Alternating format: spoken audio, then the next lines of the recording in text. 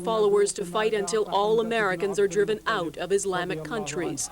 There's long been fear the conflict in Israel could drag neighboring Arab countries into a wider war.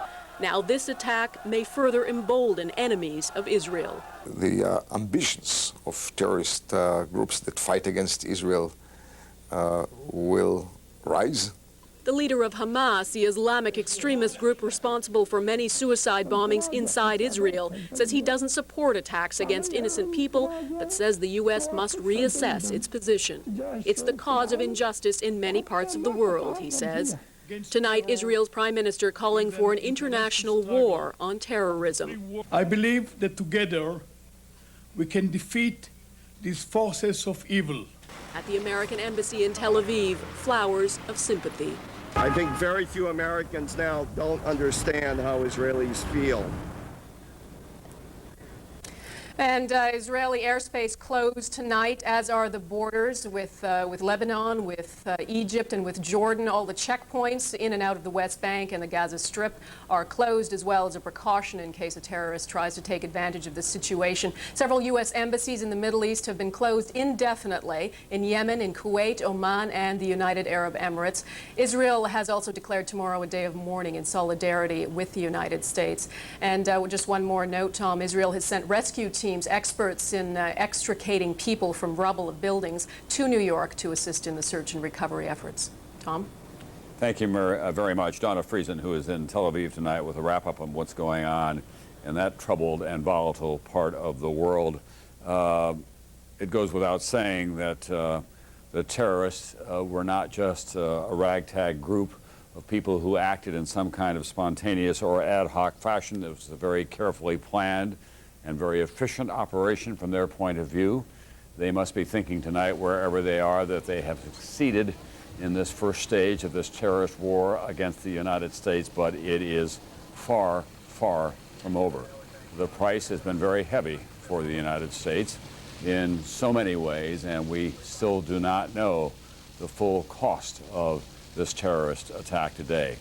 But the President of the United States tonight pledged to the American people that, in fact, that there would be justice visited upon the terrorists and any nation that may harbor them. And he then also praised the American people as they came together to help heal the wounds of this long and difficult day. Let's go back to NBC's Robert Hager now, who is at the FAA, and talk about where we go from here with the National Transportation Safety Board and the investigations that are already underway. I would guess that one of the first orders of business would be to recover the black boxes, the cockpit voice recording devices, to find out what in fact happened in those cockpits, Robert. Absolutely. Now, normally the National Transportation Safety Board doesn't get involved in incidents that are obvious acts of terrorism like this, because they investigate the things that more often cause crashes, pilot error and mechanical errors, things like that. So usually they just turn it over to the FBI. But in this case, those black boxes could be crucial, particularly the cockpit voice recorder, because that picks up all the sounds in the cockpit. So we're told that NTSB experts are already on scene now, working very much in cooperation with the FBI in search of those black boxes, particularly the cockpit voice recorders. Now, you know, those boxes are designed to withstand tremendous forces. These were indeed tremendous forces, the way these planes went in. Nothing, sometimes a plane goes in prior to hitting an airport runway and goes in at kind of an angle, and the forces aren't nearly what these are, but smacking right into that Trade Center building like that, or in the case of Pittsburgh, nosing it at a steep angle into the ground, that's a lot to expect of that box, but it may very well be that the cockpit voice recorders have survived that. So now we've been told that NTSB investigators are on site in Pennsylvania and in New York City around the World Trade Center, and right here in their backyard in Washington around the Pentagon, to see if they can find that cockpit voice recorder. And Robert, I think you were the one who told us earlier today that an air traffic controller in New Hampshire did pick up a fragment of a radio transmission from the first flight, the American Airlines Flight 11 that left Boston. It's an unconfirmed report, but that report says that the pilot had his microphone keyed, it's called. In other words, he left his thumb down on the microphone so that it was on, and that it picked up the voice of a terrorist in English saying, do this and you won't get hurt, don't expect any trouble or something like that, and then the microphone went dead. And then the transponders, I think the transponders in all these planes were turned off. So obviously these people knew a lot about what they were doing. And the transponder sends a signal to the radar in the far-off air traffic control centers and tells them what plane a particular blip represents and what altitudes it's at. So without that transponder, the primary transponder, the controllers would have been able to see a blip, but they no longer would have known what altitude the planes were at. So they're watching this blip, they're seeing the plane off course, they have an idea that it's been hijacked, but there's nothing they can do about it. Thanks very much, NBC's Robert Hager. Well, security officials at Logan Airport in Boston will be getting a thorough shakedown tomorrow because 2 of the planes originated from there. Those are the planes that went into the World Trade Center, and apparently the terrorists were able to board those planes with whatever weapons they had. There's one report that some of them may have been armed with knives, but 2 of the flights did originate in Boston. They were able to divert those California-bound flights, turning left shortly after takeoff and coming directly down to the World Trade Center. One left from Newark. That went into the ground outside of Pittsburgh, and of course the other one left from Dulles Airport in Washington, D.C. It was headed for Los Angeles as well. It was turned around. It flew low over the capital city, and then it went like a bullet into the side of the Pentagon about 40 minutes after the original attack on the World Trade Center. We've asked Dateline's Lee Thompson to take us through the current state of airline and airport security and where it may go from here. For years now, one of the primary focuses of aviation security has been to prevent terrorists from smuggling bombs onto our planes. But what was never fully anticipated was that the planes themselves would become the bombs, guided missiles in the hands of the terrorists. It was a jet. I couldn't believe my eyes. The agency charged with spearheading airport security and safeguarding the skies, the Federal Aviation Administration. Now, after the most devastating terrorist attack in U.S. history, the FAA, often criticized for lax enforcement and bureaucratic bungling, is itself under siege. The FAA has blood on its hands because it's not doing its job and hasn't been. Michael Boyd is an independent aviation consultant with commercial airlines among his clients. We have a major security problem, obviously, and the FAA is at the middle of it. We've known this for years. I've said it for years, that to a trained terrorist, our airports look like a laundromat. You can get in and get out. Along with each commercial airline disaster have come new revelations of serious failures by the FAA. Perhaps none more frightening than the multitude of security lapses. Asking grandma whether she's packed her own bag isn't security when whole perimeters of airports look like sieves. 1988, Lockerbie, Scotland. A terrorist bomb blows Pan Am Flight 103 out of the sky. The aftermath brought both recriminations and recommendations. Our government assured us airport security would be beefed up. Additional security personnel were hired, metal detectors, X-ray machines, and most recently, bomb detection technology. All were deployed to combat the threat of terrorism. But time and time again, in the 12 years since Lockerbie, gaping holes in security have been exposed. Holes the FAA pledged to fix. Holes that government reports warned still remained. Holes that were likely exploited by these terrorists today. There appears to have been a total breakdown at least 3 airports in this country. Give us the scenario of what might have happened. Well, there are 2 plausible scenarios. Either someone was able to get through the security side at those airports, or maybe even more likely, people working on the ground crews had been compromised. How easy is it, and tell us the plain truth, to get a gun or a bomb on an airplane? There are always some airports that fail when we try to get a gun or a knife on an aircraft. How easy is it to get a job as a security screener? It is as easy as falling off the proverbial turnip truck to get a job as a security screener. We have people that would be flipping hamburgers if they weren't working in the security function. They're not very well skilled, there's very high turnover, and I'm not sure that they're up to the job. But inadequate screening of passengers and baggage is not the only threat to security. We don't screen the people who work at airports properly. At tests that have been done at airports around the United States, we found a large percentage of, or certainly a large number of illegal immigrants, people whose background that we really couldn't check out. In fact, as Dateline reported in 1996, our producers applied for and were given jobs at two of the biggest airports in the country. At Newark Airport in New Jersey, where one of the hijacked planes departed this morning, our undercover producer was hired on the spot, no questions asked, and no job references checked to drive this electric car.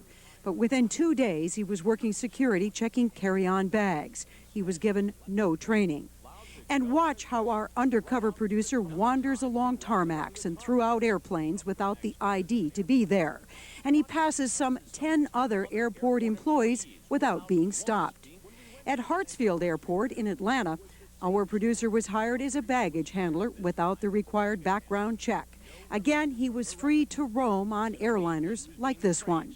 After Dateline's broadcast, the FAA did change policy to try to prevent these types of security breaches, but recent government reports indicate problems persist. This year, the General Accounting Office warned security screeners at U.S. airports continue to miss as many as 20% of weapons smuggled in carry-on luggage during FAA-sponsored tests, and that FAA plans to improve hiring, training, and supervision of security screeners, including the companies that provide them, are woefully behind, in some cases up to 2 years. It's too early to say whether the terrorists gained access to the planes today because of poor security checks or someone working on the inside. But this much is clear. The hijackings were well planned and the terrorists highly trained. Once on board, they knew exactly what to do. Experts say once airborne, there was little the crew could have done to fend off the attackers. Once on board the aircraft, it would not at all be difficult to gain access to the cockpit. Cockpit door is not like the vault door in a bank, for example. They're rather fragile. You can kick them in if you had to. Barry Schiff is a retired commercial pilot for a major airline who flew both Boeing 757s and Boeing 767s, the same kinds of jets involved in today's attack. Pilots go in and out of the cockpit as they need to go to the restrooms. Coffee is brought to them, so the door is opening every once in a while anyway.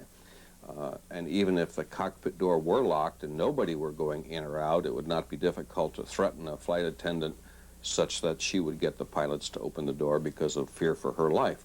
Though pilots are trained to handle hijackings, Schiff says historically they don't usually result in fatalities, much less the downing of an airliner. In most cases, a hijacking is not a dangerous situation. Most hijackings are easily resolved. There's very little a pilot can do if an armed hijacker comes into the cockpit. In most cases, he'll believe that a hijacking is going to end peacefully. In most cases, they normally do. He would have no idea that his aircraft were going to be used as a missile. Commercial pilots do have the ability to push a button to communicate to air traffic controllers that their plane has been hijacked. But apparently none of the pilots this morning even had a chance to send the signal. If one had to speculate, I would say the terrorists were flying the aircraft, not the airline pilots who should have been flying the airplane. Mainly because I don't believe any airline pilot would intentionally fly into the World Trade Center, even with a gun at his head.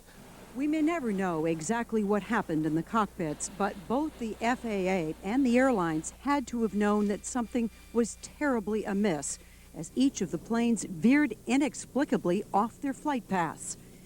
What you are looking at is the actual radar tracking of the two flights that left Boston's Logan Airport this morning. American flight number 11, shown here is the blue plane, takes off first.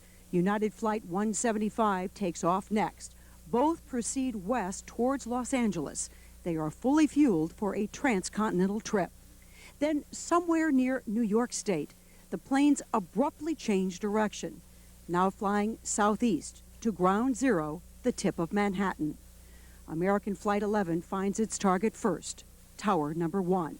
21 minutes later, American Flight 175, in red, flies south of Manhattan, then makes a sharp turn to the north, where its final chilling moments aloft were captured on videotape.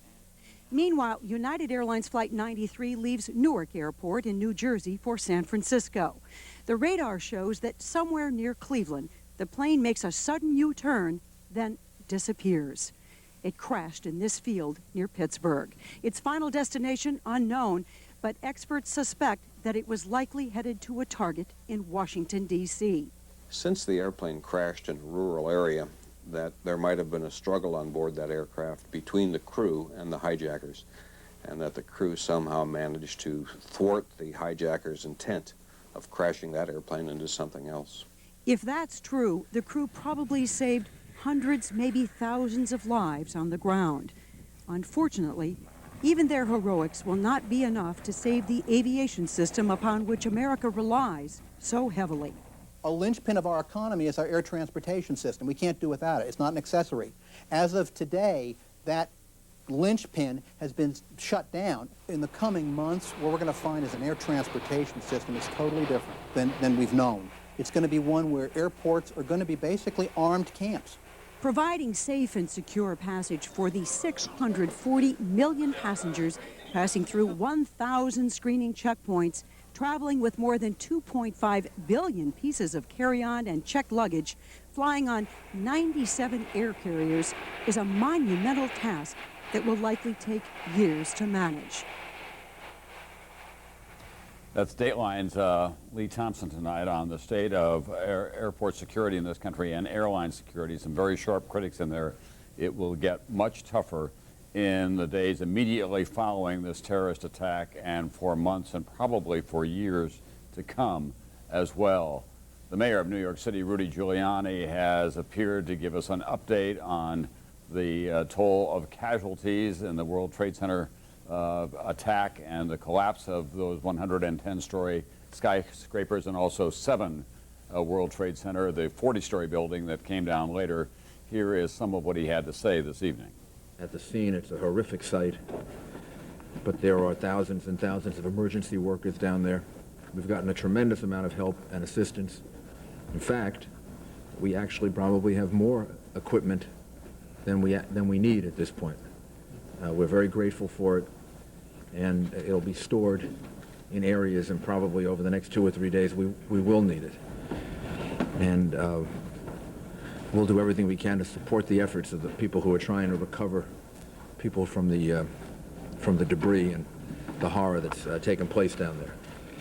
The number to call if you have questions.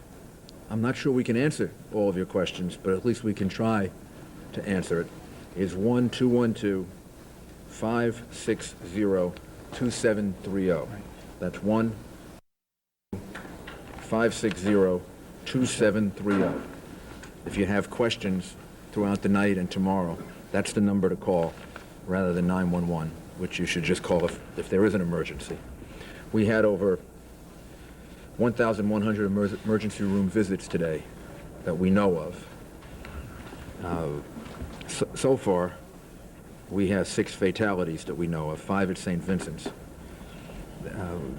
Obviously and tragically, there are going to be a lot more than that, but that's what we know of at this point. We had over 300 patients that were treated at St. Vincent's, over 160 at Bellevue, 250 at Beekman Downtown Hospital.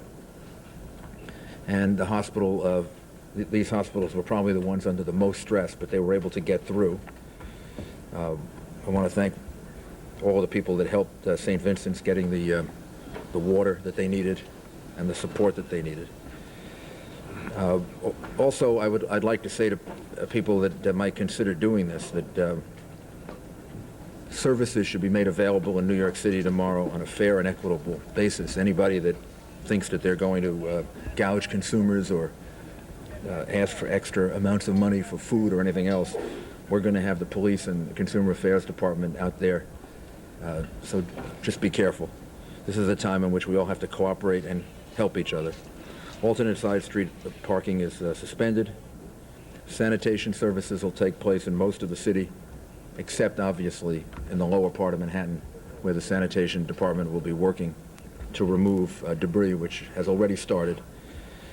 And the schools, again, will be closed tomorrow. and hopefully we'll get them open as soon as possible.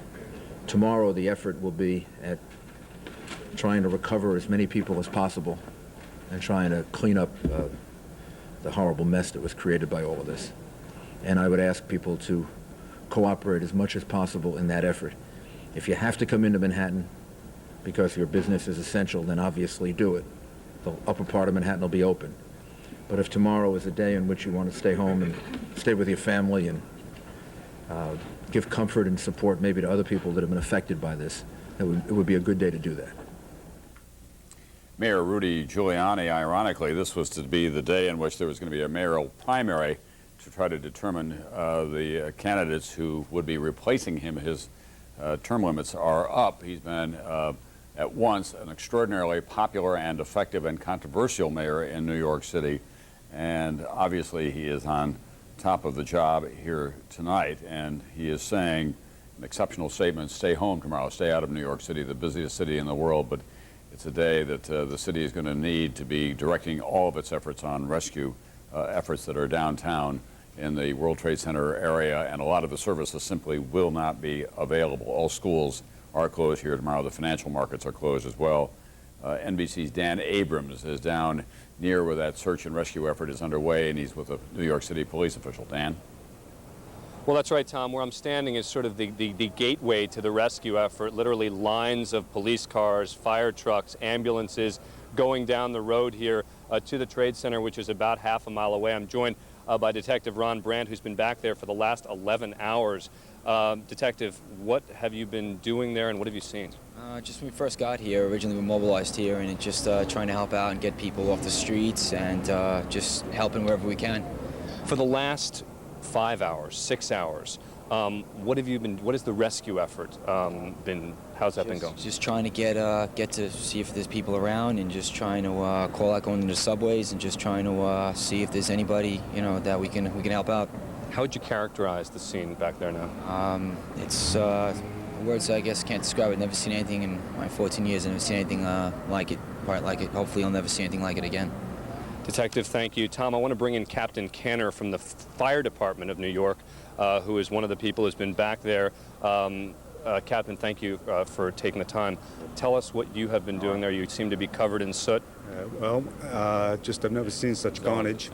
Right now, you have some heavy cranes, payloaders, lifting heavy steel beams and all, and doing search and rescue operations.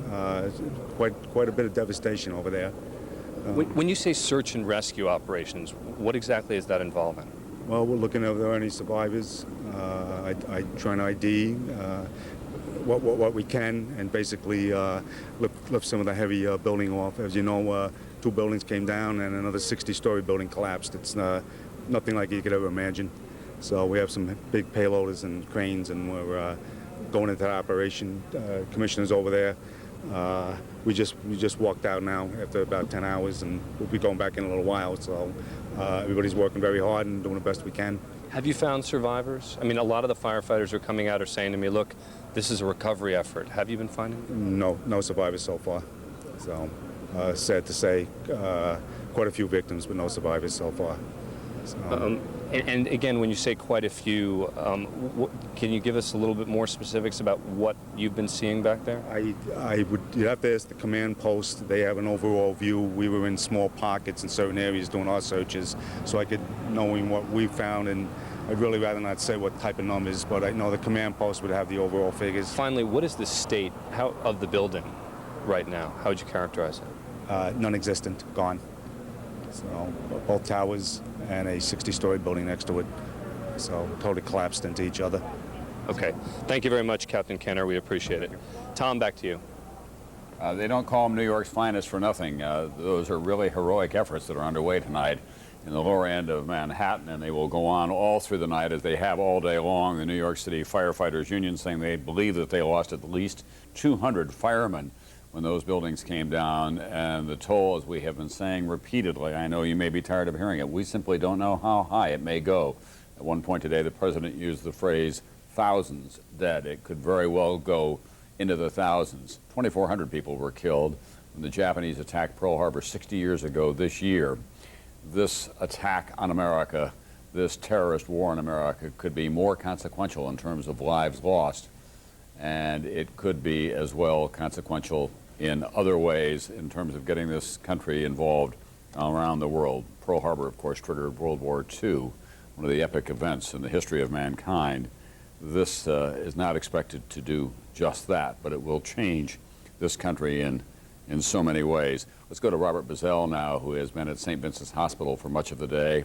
It's one of the hospitals that are very near the World Trade Center, first-rate medical facility, and they have been taxed beyond their belief, I would guess. Robert? Yes, Tom, in the last hour or two, the number of ambulances coming in here has gone down to a trickle.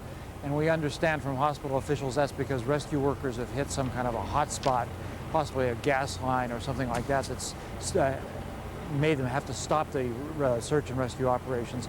But to get the latest numbers from the hospital, I'm going to bring in Mark Ackerman, who is a deputy administrator of St. Vincent's Hospital. He's been here all day. Mr. Ackerman, you had an emergency plan here in place. You were the lead hospital for the 1993 World Trade explosion. How well were your people prepared today? Bob, I think we're very well prepared. Unfortunately, St. Vincent's has been in the epicenter of a number of these types of incidents, and we have preparedness drills throughout the year, so we were quite ready. What are the latest numbers of casualties that you have here now? St. Vincent's here in Manhattan has received 327 patients thus far. 62 of them are in critical condition. How are we doing with 55 of those individuals are firefighters or police officers, and 3 of our patients have passed away. Now, that's a lot of casualties, but it's nothing compared to what we thought we would see when we got here this morning. It's really very upsetting to our entire staff. We really, in the beginning, had been told to expect up to 1,000 patients, and I think the realization is coming to all of our physicians and nurses that we were the hospital that received the most patients, and that really only means that there are still many, many people down under that rubble. Now, you have some personal tragedies here as well as the people that are coming in. You had a nurse who was communicating with her husband. Tell me that story. Yeah, one of our nurses in our comprehensive cancer center, husband was up on a very upper floor. She heard about the airplane. She emailed her husband. They were talking back and forth, and then the email stopped, and she found out that the building had collapsed and realized that her husband had gone down with it. So it's a real tragedy from that perspective.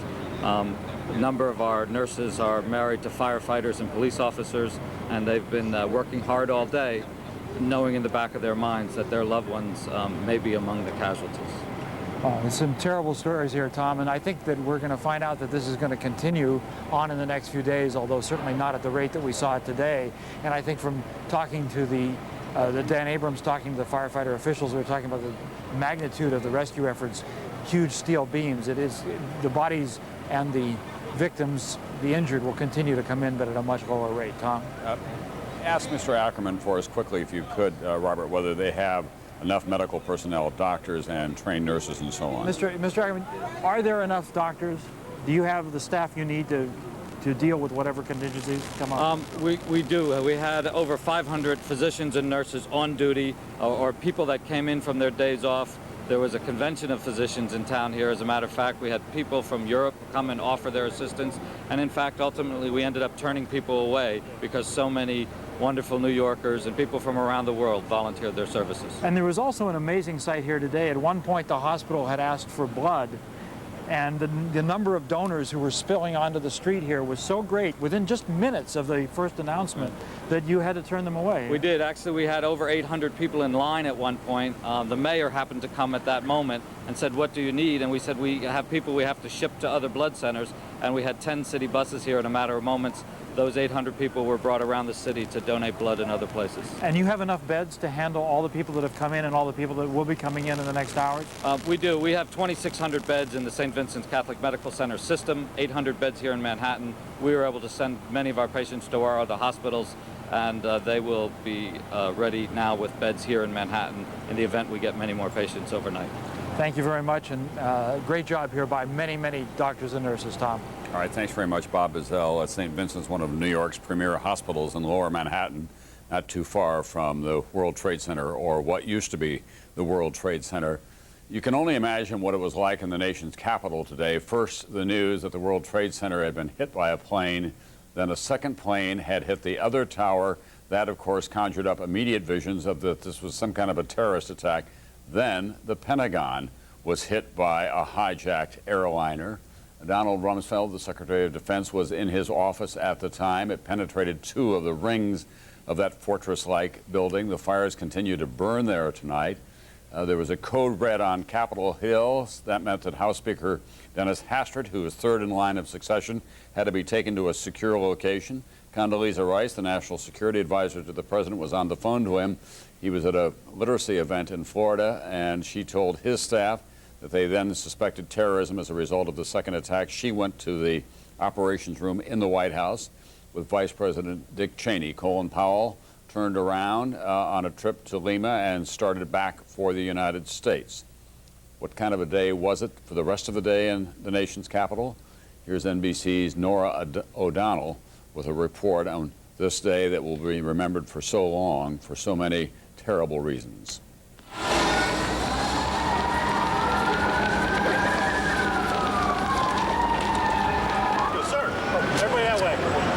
Help me get all these people across the street, please.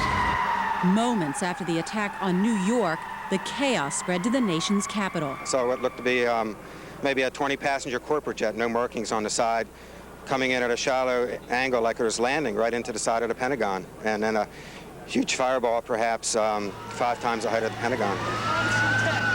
The terrorist target was the nerve center of the United States military.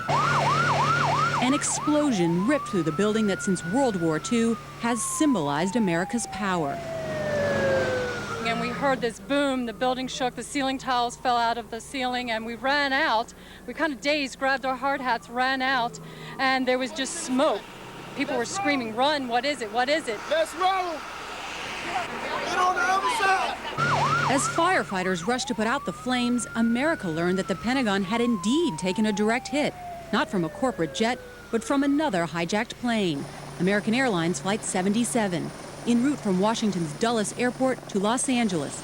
58 passengers and 6 crew members were aboard. There may have been as many as 100 more people killed or injured inside the building. Dozens were rushed to area hospitals, yet to be accounted for, others that may still be left in the smoldering rubble. Here in Washington, D.C., we are at threat condition Delta. Washington, D.C., now in the crosshairs of terrorism. The military was ordered to its highest state of alert.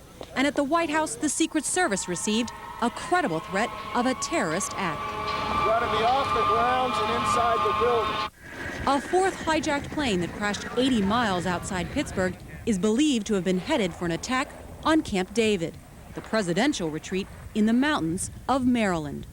The president wasn't in town, but Vice President Cheney was. He and key aides were whisked out of the West Wing and into a secure location, while other White House staffers were evacuated under the watch of Secret Service agents armed with machine guns. We've had some reports about intrusions of airspace, which caused us to be concerned enough to recess the House of Representatives subject to the call of the chair. At the other end of Pennsylvania Avenue at the U.S. Capitol and Supreme Court, lawmakers and justices were forced from the seat of American democracy. I think, in a sense, it is unfortunately a unique experience in American history. And I characterize it as a man who lived through World War II, or as a young sailor at the end of the war. It's another Pearl Harbor for this country. By 10 a.m., all federal offices were closed, sending the government's entire workforce into the clogged streets to try to make their way home. For tourists, museums and monuments were shut down as well. Washington was in a frenzy. Hospitals in emergency mode, roads shut down, bridges closed, fighter jets patrolling the skies. The mayor declared a state of emergency. That all of our emergency agencies are fully deployed to meet any emergencies that might arise. The Pentagon's functioning. It'll be in business tomorrow.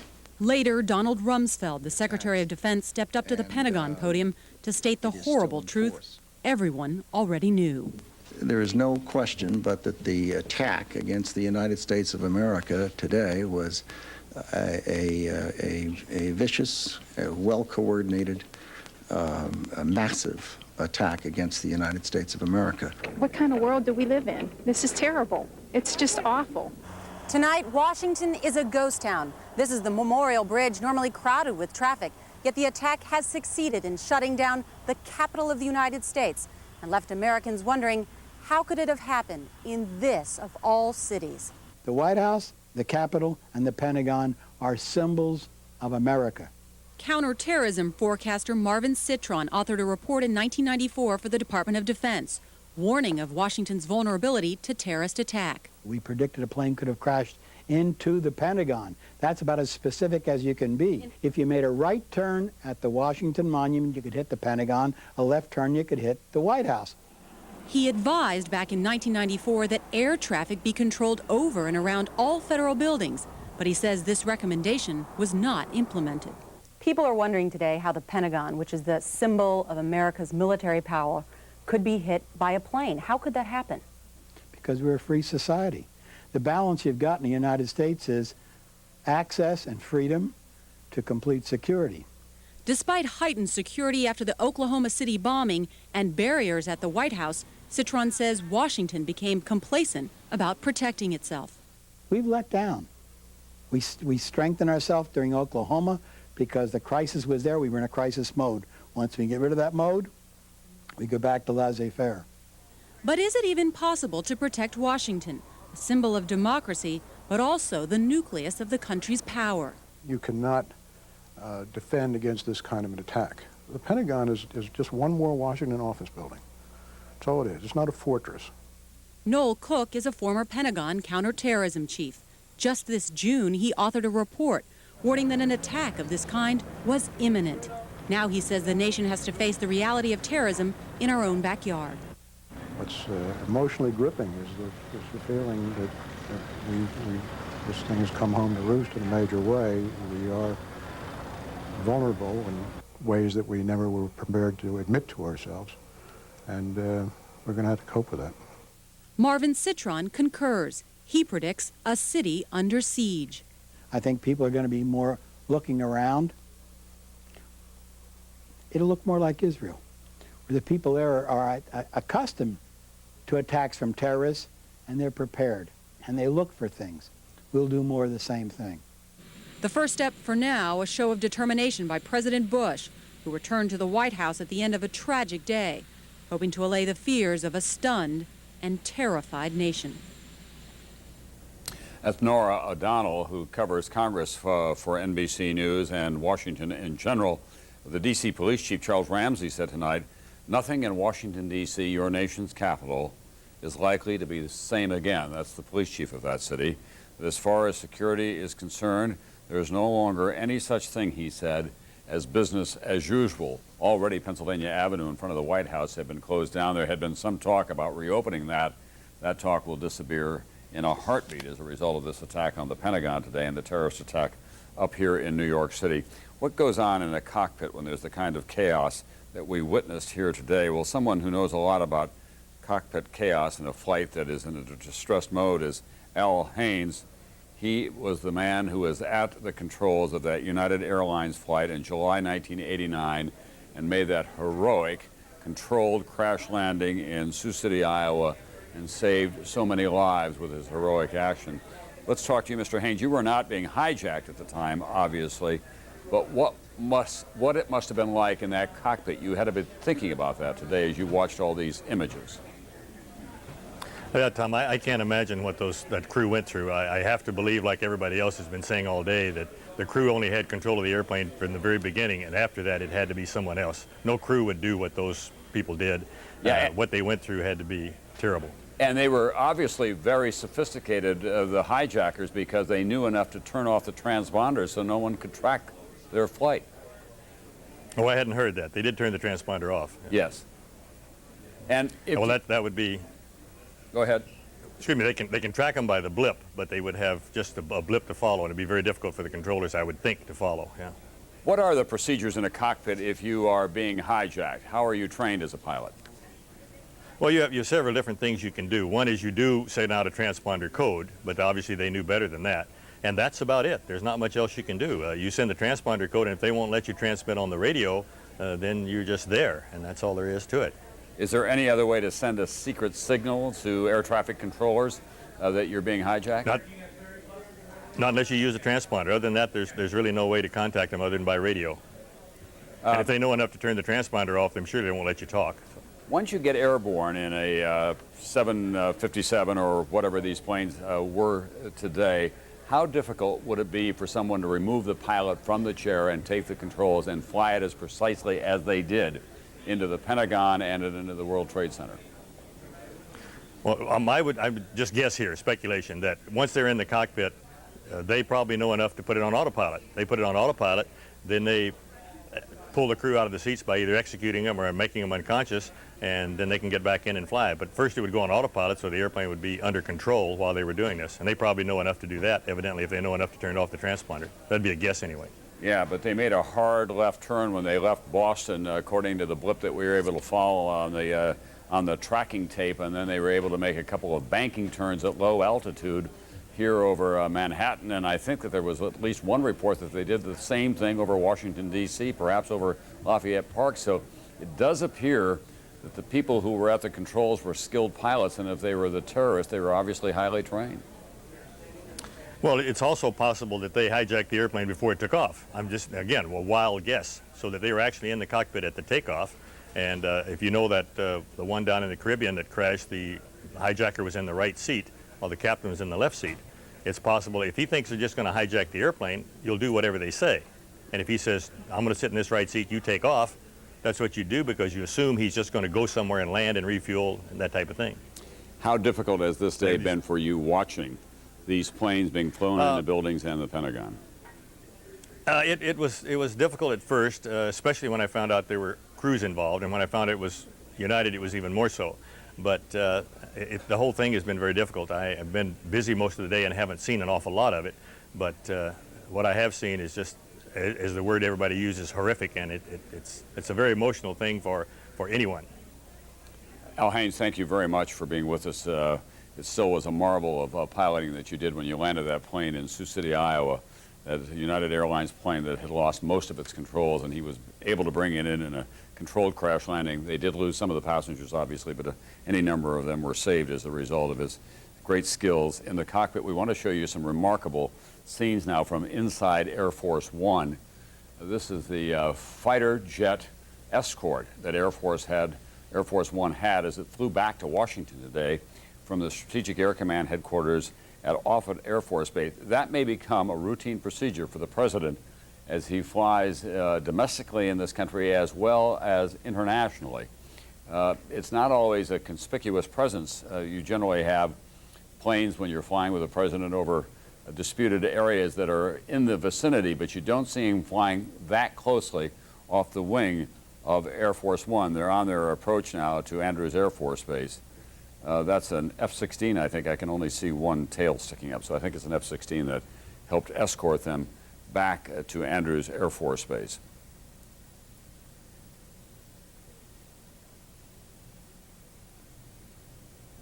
Let's go to Dateline's Keith Morrison, as he has been taking the pulse of this country. America, in all of its complexity and all of its parts, becomes a family on a day like today. Here's Dateline's Keith Morrison. In a moment, everyone knew things can't be the same anymore. And all across the country, as shock gave way to fear or anger or some other emotion, officials in charge of places and events shut them down. Suddenly, this is a country in which security means everything. Airports almost everywhere closed. No airplanes will be leaving any of the airports in the United States until the ground stop is lifted. Hundreds of people at airports all around the country crowded around TV sets, stunned. It's unbelievable to me that people can crash planes in the World Trade Center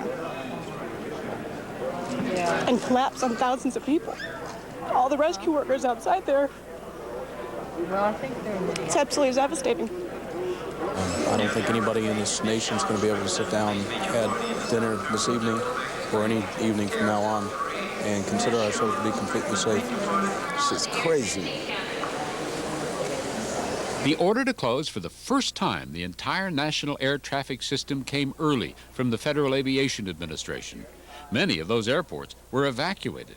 For how long? Who knows? At least until tomorrow afternoon, perhaps longer. No one's ever done such a thing before, ever.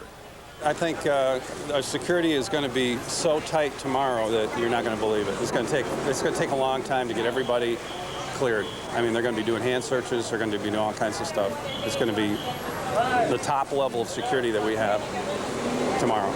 Markets, of course, just stopped. How could they operate here? Already, the financial loss has been in the billions. And, said UCLA finance professor Bradford Cornell, it will hurt for some time. Investors are likely to get frightened. That will lead to a dramatic drop in stock prices. And now, says Cornell, now that many institutions and companies will try to be more careful about security, we'll keep paying. That throws sand into the gears on which our economy runs. And it's going to make the cost of doing business greater, corporate profits lower, and that will depress stock prices and economic activity, even in the long run. But that's for some other day. Today, nationwide, flags were lowered to half staff. Many states closed their public buildings, courthouses shuttered, trials postponed, popular landmarks locked up. Seattle's Space Needle, the Disney parks on both coasts, even the U.S. Mint shut down. The national pastime went the way of the national mood. Baseball commissioners announced that the schedule is off indefinitely. And for the Emmys, postponed indefinitely. Who felt like celebrating? This weekend is not the weekend to put on this telecast. In Texas, thousands of people flocked to a prayer vigil at Southern Methodist University. Help us to make sense of senseless acts. Psychiatrist Dr. Stephen Kingsbury said he expects a lot of people will want to be overcautious for a while. Our sense that we live in a safe society where we have good protections against external threats has been taken from us.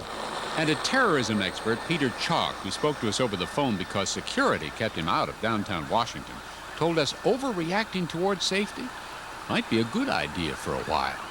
That symbolic message that's been transmitted across the world will have profoundly affected the image of the United States abroad, of invulnerability, and that the U.S. can be brought in to the very front line of this sort of attack. And what wasn't shut down today, we are much more careful about guarding. The border with Mexico and with Canada closed for a while. Security around military installations like this one is at extraordinary levels, of course, also at atomic plants and the other sensitive places in the American infrastructure, which in the past had seemed impervious. No longer. The terrorism expert worries that in their fear and anger, Americans may decide it's time to end this country's famous openness. That would be a mistake, he says. Without a doubt, I mean, one of the prices you pay for being in a democratic society is that you have to live with a certain risk threshold. The only way you could realistically counter a lot of these dangers is to have a closed society, but that's not what we're about. America may be a little different after today, a little more conscious of external threat. As the psychiatrist said, we may have some new routines now. Does that mean that there'll never be another hijacking or terrorist attack? Probably not. Does it mean the vast majority of us will feel safer? Definitely, eventually.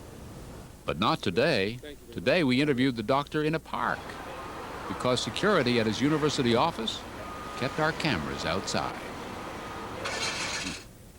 That's Dateline's Keith Morrison on the mood of this country on this stunning day that so brought together America in grief and shock, frustration and anger and determination to go forward as well.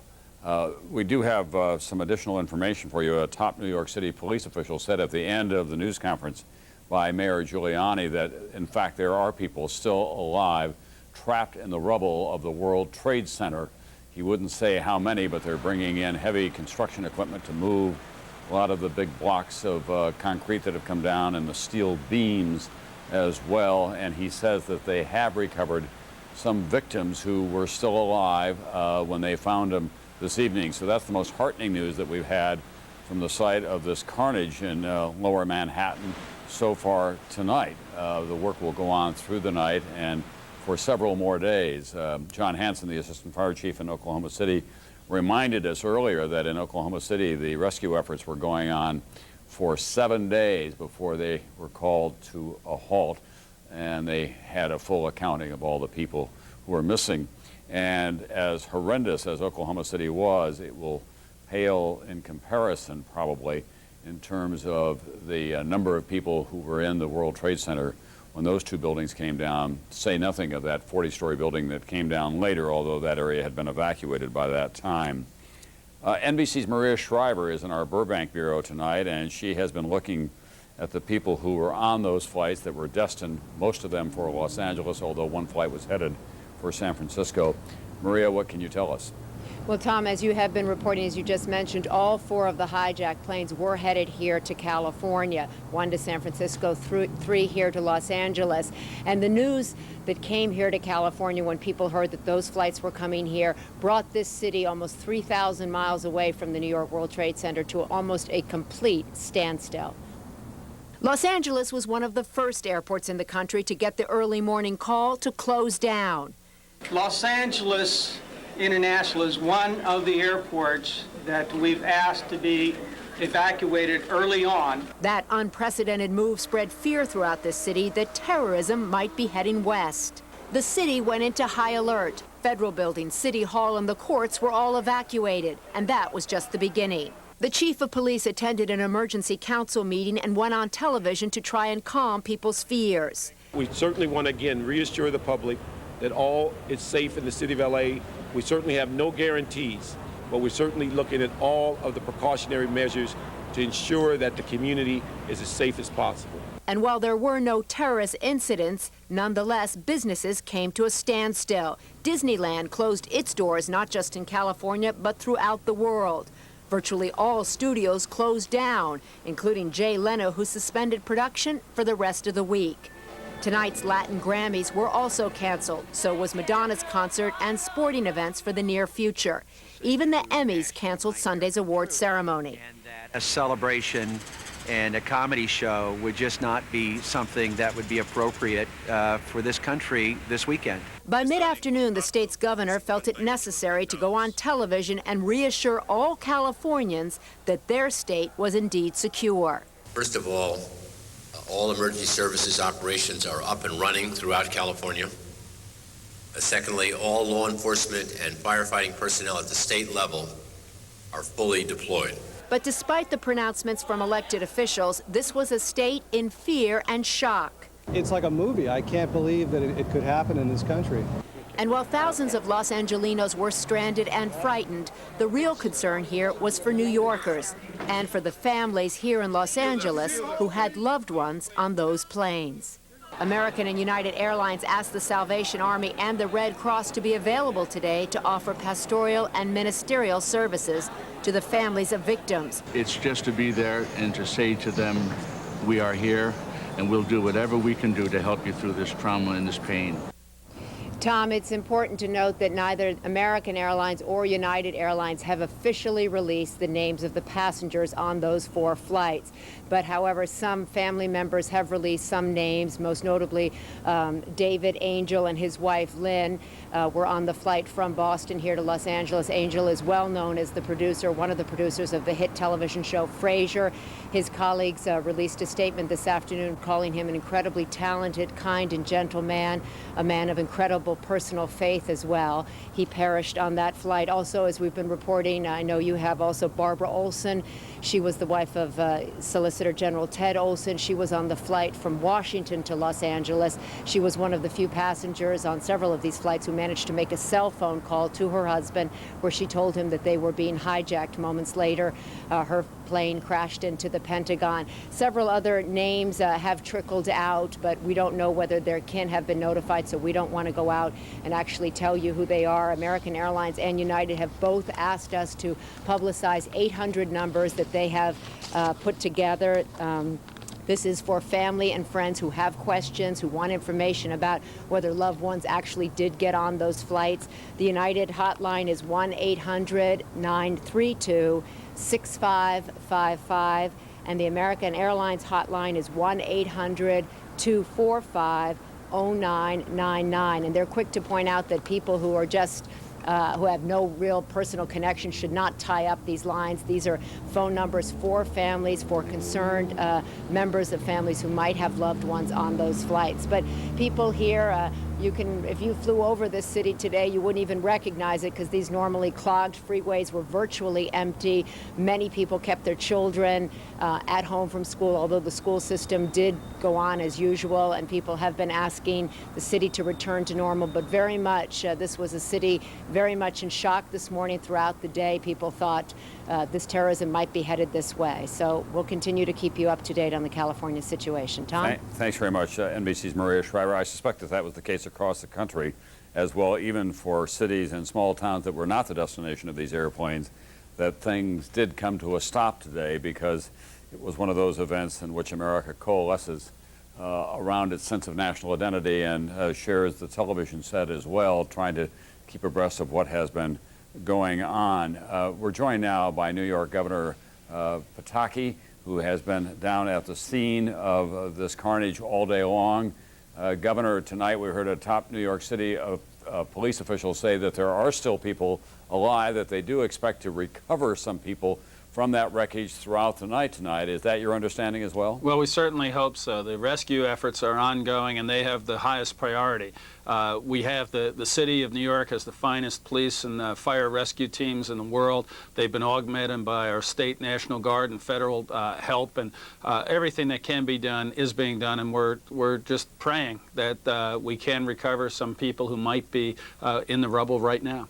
The New York City Firemen's Union reported earlier that it had lost 200 of its members when the buildings came down. Is there any confirmation of that you have independently? We don't have any confirmation of particular numbers, but we know this is one of the darkest days in American history, and our prayers are with those who have lost their lives, with the brave families of the firefighters and the police who risked their lives to save others and were victimized by this terrorist attack. And our prayers are with those who are afraid their parents might not come home tonight. But we're going to continue to have hope. We're going to continue to work to get through this and to make sure that everything is done to try to recover anyone who might still be alive downtown. That is the highest priority, obviously, and to treat those who have been injured and to recover those who have been killed. Do you have any sense at all as to when that financial district can return to some semblance of normality? Tom, as you know, we've closed New York City south of 14th Street for tomorrow. The point right now is to make sure the entire focus is on the rescue and the search efforts, and that the emergency crews can get in and out as easily and as readily as possible. And we'll make a determination tomorrow, probably at the end of the day, what additional parts of the city may be open tomorrow afternoon. But right now, the entire focus has to be on the rescue and search efforts. You used to have an office in the World Trade Center, didn't you? Yes. I had my office in the World Trade Center, and the state today has had many, many offices and many employees in the World Trade Center, and I had friends there this morning. And do you know what happened? We don't know. We don't know. We're praying, and we're doing everything we can to try to rescue them. Is there anything that the citizens of New York or surrounding areas should know in terms of what this city or what this state needs that they can do? Tom, the citizens have been great. I was down at Cabrini Hospital a couple of hours ago, and we had lines around the blocks of people in line to donate blood. They're not letting terrorists drive them from the streets, and in fact, they're coming together. We are going to, as this process moves forward, need EMTs, nurses, additional support as the frontline forces downtown now go through this and need relief. And we set up state hotlines for nurses, doctors, EMTs, and others. And we're also organizing additional fire and police support so that we can rotate services in and out. But the spirit has been enormous. This is a very dark day, but out of this death and destruction, you can see hope. And we're not going to let these terrorist barbarians take away our freedom and take away our hope. Finally, tough question, Governor Pataki. But what are your officials telling you about the population in those buildings when they came down? We just don't know. We know that a number of people did get out and were evacuated before the buildings came down. At this point, we just don't know how many were not able to get out. There is an unconfirmed report tonight from a New York radio station governor that 2 men with a truckload of explosives were arrested at or near the George Washington Bridge. Do you know anything about that? We've had all sorts of reports and rumors, and we've been in constant touch with federal officials, with the FBI and the national security officials, and we have no confirmed report of any such activity at this point. I also spoke with the President and the Vice President earlier today, and they have no information that additional terrorist threats have been targeted at New York or anywhere else at this point. Obviously, no one knew or anticipated the attacks this morning, so we can never be 100% sure. But at this point, I'm unaware of any direct security threats that the federal government is aware of. Governor George Pataki, the governor of the state of New York, it's been a long and difficult day for you. It will not end at midnight tonight, obviously. We wish you the very best. Thank you very much, Tom. All right, Governor Pataki of New York. Barbara Olson, we have a picture of her, I think. She is the well-known CNN conservative commentator. Her husband is Theodore Olson, who is the Solicitor General of the United States, successfully argued on behalf of President George W. Bush before the U.S. Supreme Court in that contested presidential election growing out of Florida. This is a personal loss for the administration as well, because Barbara and Ted Olson were 2 of the most popular figures, especially in Republican social circles in Washington. They loved to entertain, they loved the opera. They were 2 people who were well known for their keen wit and their very keen intelligence. And she did get off a phone call to her husband on the cell phone before her plane crashed into the Pentagon today. So there is a personal loss at the White House tonight as well with the death of Barbara Olson. We're going to go now to Ashley Banfield, who is in downtown New York, not too far from the World Trade Center, where she has been throughout the day and had a very perilous experience herself. At one point, Ashley had to break some windows to get in the building to get away from the dust and smoke cloud. Tom, when the second tower came down, unfortunately, my producer and I found ourselves in a far too close a situation, and we were finding ourselves running from the cloud that consumed us, and we had to break into a nearby building just to breathe, and we were followed by a New York police officer and also a security guard from the World Trade Center. We couldn't recognize either of them because we were all covered in so much white dust at the time. It was barely recognizable except for his badge. I just want to get you up to speed on what's happening now. We've been watching a number of different emergency vehicles filing into this area, but we're also watching as a number of semi-trucks roll in as well. We've been told that about 24 semi-trucks as well as 60 different dump trucks have been lined up and ready to go in to move away some of the large debris. As you're about to hear in a moment, there's a reason why they're having to remove that large debris before they can actually continue this search, because most of the searching on the surface of these 2 stumps of what were the World Trade Center towers didn't really provide much to anybody. There wasn't much to be found at all, certainly no one alive. And what's strange is very few cadavers as well. I'm joined by one of the firefighters who was one of the first on the scene. Lieutenant Pat Clancy has just come out from 12 hours in sort of the ground zero area, and I just want you to describe for me what happened when you first arrived, Pat, on the scene and you ended up going up onto the rubble heaps. Myself and the firefighters from my company were ordered to go to, we were at a command post, we were ordered to go to where one of the towers was, I believe it was the Tower 1. There was nothing really there, but maybe 5 or 6 stories of debris, and we slowly climbed over as much as we could and started searching for people that might have been on surface, and trying to crawl into some of the crevices and crawling out, hitting tools, looking for possible firefighters or civilians. You knew at the time there would be firefighter casualties. Did you have any idea that the number as it stands is about 200 of your colleagues? We were assuming it would be a large amount, but Firefighters, civilians, police officers, emergency workers.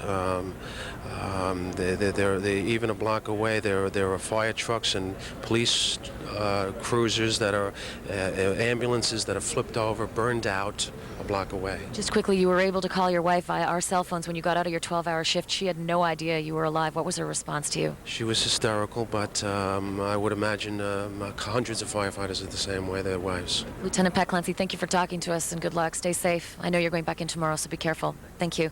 Tom, that's been the story from a number of the firefighters and emergency workers who've emerged from this, many of them covered in the white dust that you've seen probably throughout all of the pictures today. It's been just a tragic story all around, many of them knowing full well that they've lost a lot of friends, colleagues, and loved ones in that rubble as well. Actually, because you have been isolated down there in a way you may not have heard, a top New York City official is now saying tonight that, in fact, there are some people who are alive in the rubble, and they do hope to get them out before the end of the night.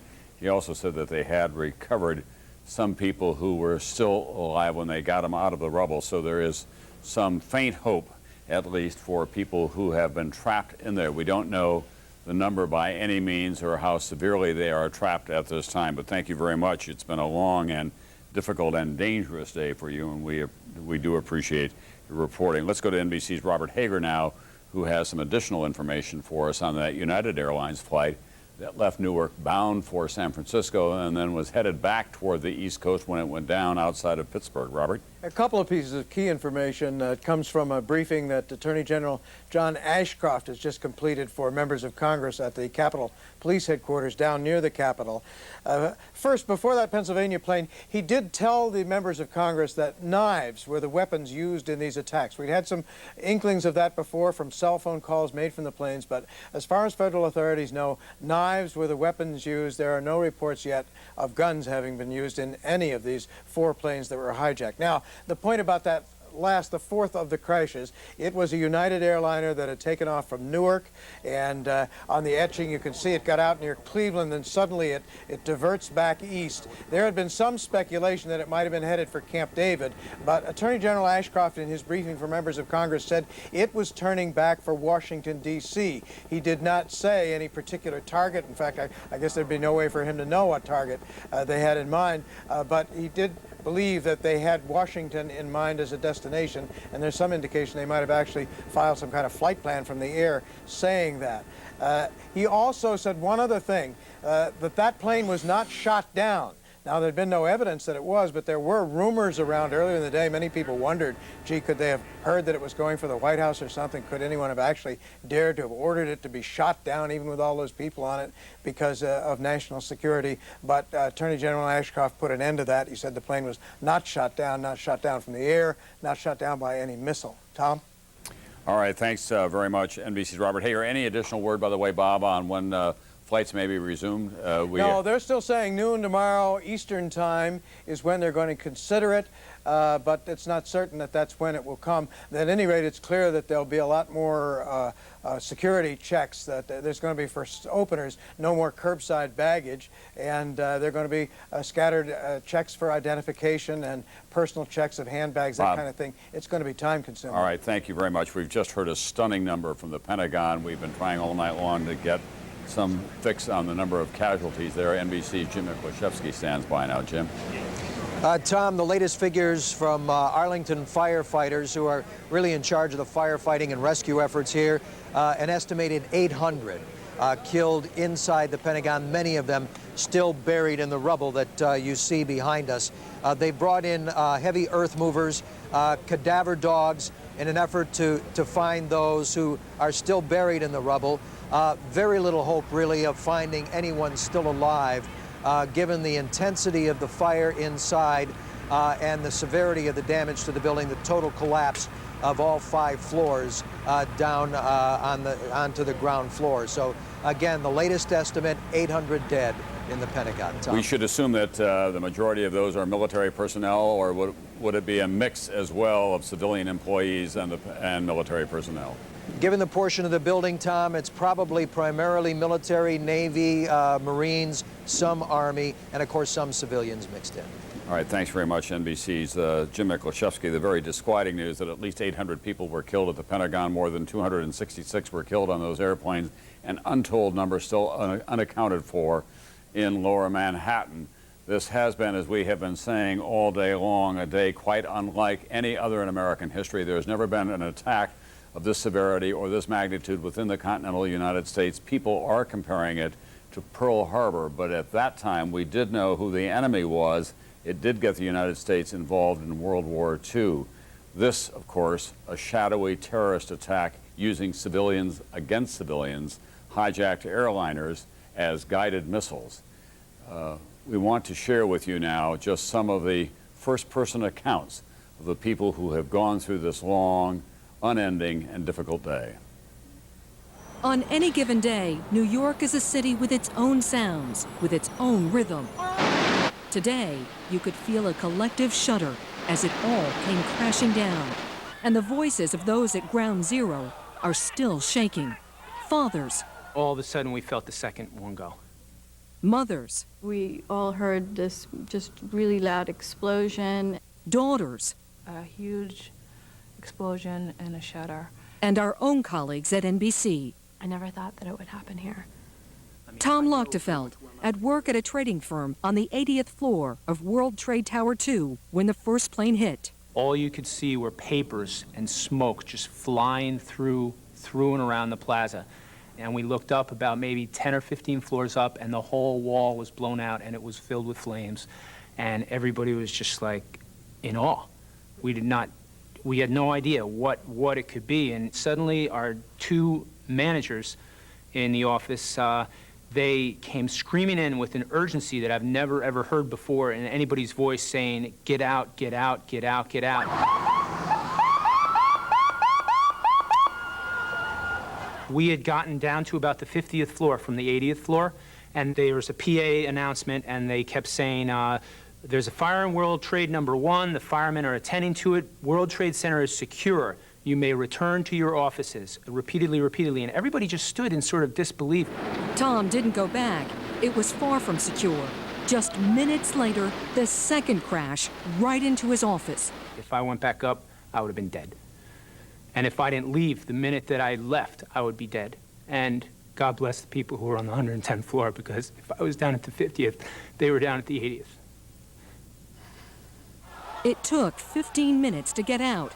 But once there, people had left their shoes to get away. I mean, there were piles of blood in the street of people who had gotten hit by shrapnel from the buildings.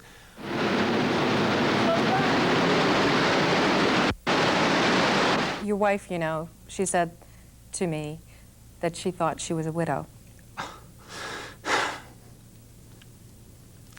I bet. Kim White was stuck on the 74th floor of Tower 1. The doors were locked. Why? I have no clue. We sat around for about 5, almost 10 minutes trying to find a door or get somebody with a key to come open the doors so we can get downstairs. If we had those precious 5 or 10 minutes, would have made that much of a difference. A difference because she barely managed to escape as the building was collapsing. Glass just flying all over the place, and we're not knowing which way to go because we didn't know which way the building fell. Once it hit ground, all you saw was blackness. I'm sitting here saying to myself, breathe properly, Kim, breathe properly, because you don't want to take in too much because you're going to collapse and no one's going to be able to find you because there's nothing but blackness. And breathing wasn't easy, not just because of the debris. To make things worse, Kim suffers from asthma and suffered an attack. Was there a time today when you thought you were going to die? Oh, definitely. On at least 3 or 4 occasions. The initial explosion, going out to the reception area, seeing that ceiling collapsed, being stuck in a stairwell and not being able to get in. We couldn't go back up, we couldn't go down. My life didn't flash before my eyes. It was just trying to get down far enough where, you know, I would be safe. And to the safest place and person. I just want to see my mother, that's all. I'm probably 32 years old, sleep with my mom tonight. Someone else's mother, Maggie Cusack, was also battling her way down from the 82nd floor of Tower 1. The building just shook, and you could see the stuff kind of flying down. You know, it was big. I mean, you could tell it was a large event. I believe all of my coworkers got at least out into the stairwells. I guess it was about the 27th floor. The firemen started coming up into the building. And I just felt that they were very brave, and you know, we were kind of clapping for them and wishing them luck on their way in. Are you thinking of the firemen because you fear that they were perhaps trapped in the building when it collapsed? I think they probably were. I think there were a lot of them that did get trapped in there, and I think that's very sad. They were all nice, young, healthy, good-looking guys, and I'm just really grateful that I got out before the buildings collapsed.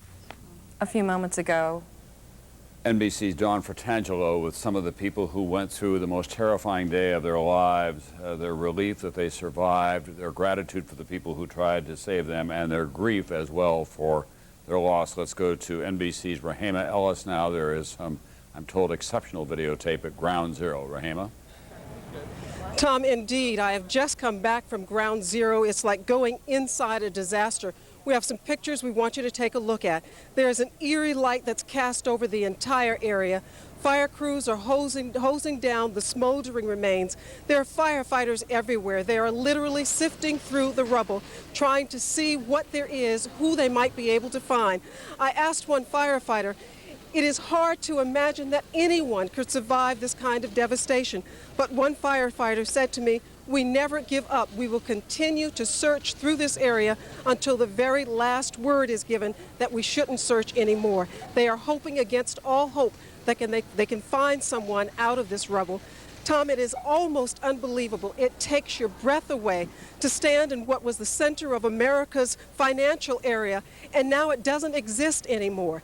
There is still dust, choking dust. The air is so thick, it's very hard to breathe. It's very difficult to see. The firefighters, however, as I say, they refuse to give up. We went 1 block away from Ground Zero. It is the staging area where all the firefighters are. We talked with one of the chiefs who told us that he felt that they were able to bring someone out alive. He couldn't tell me what the condition of the person was at this moment, but he said that's what his firefighters are there to do, to see if anybody has been able to survive this tragedy. Tom? Rahema, did you see any evidence of people who were alive or hear from the firefighters who were on the ground about recovering some people who were alive? No, Tom, I did not. Every firefighter I talked to only shook his head, lowered his head in disbelief and sadness, but again, with the determination that they were going to continue to search until all hope was lost of finding anybody alive. They are continuing that search. Thank you very much. NBC's Rahema Ellis, the New York City police official who said earlier that he believed that people were still alive there. The hope may have been the father of the wish in that case. This day, you'll remember forever, whatever your age, wherever you live in this country. There are those days that, for the people who are alive in America, are etched forever in their minds. December 7th, 1941, Pearl Harbor. 1945, the end of World War II, victory over Germany and Japan, the death of FDR. November 22nd, 1963, the assassination of John F. Kennedy. The age of innocence came to an end in America. 1968, the assassination of his brother and Martin Luther King. 1974, the resignation of Richard Nixon. 1989, the death of communism, the fall of the Berlin Wall, the liberation of Poland and Czechoslovakia. 1990, the release of Nelson Mandela. And, of course, 1989 as well, Tiananmen Square and all that that meant to this country. 1968 also saw the landing of the man on the moon. And then the millennium, a new century, a new beginning of 1,000 years, new hope for this world and for America. 1 year in, on the 11th of September, the 9th month, 9/11/01, an act of terrorism that is tantamount to war, the most serious attack on this country since Pearl Harbor, the most devastating attack within the continental United States ever by a foreign force of some kind in more than 100 years. We'll all be tested by all of this, and we'll have continuing coverage. Many of your local stations will go to their local news now, but we'll have continuing coverage on this NBC station. Brian Williams will be here for a while, and I'll see you again at 11:30.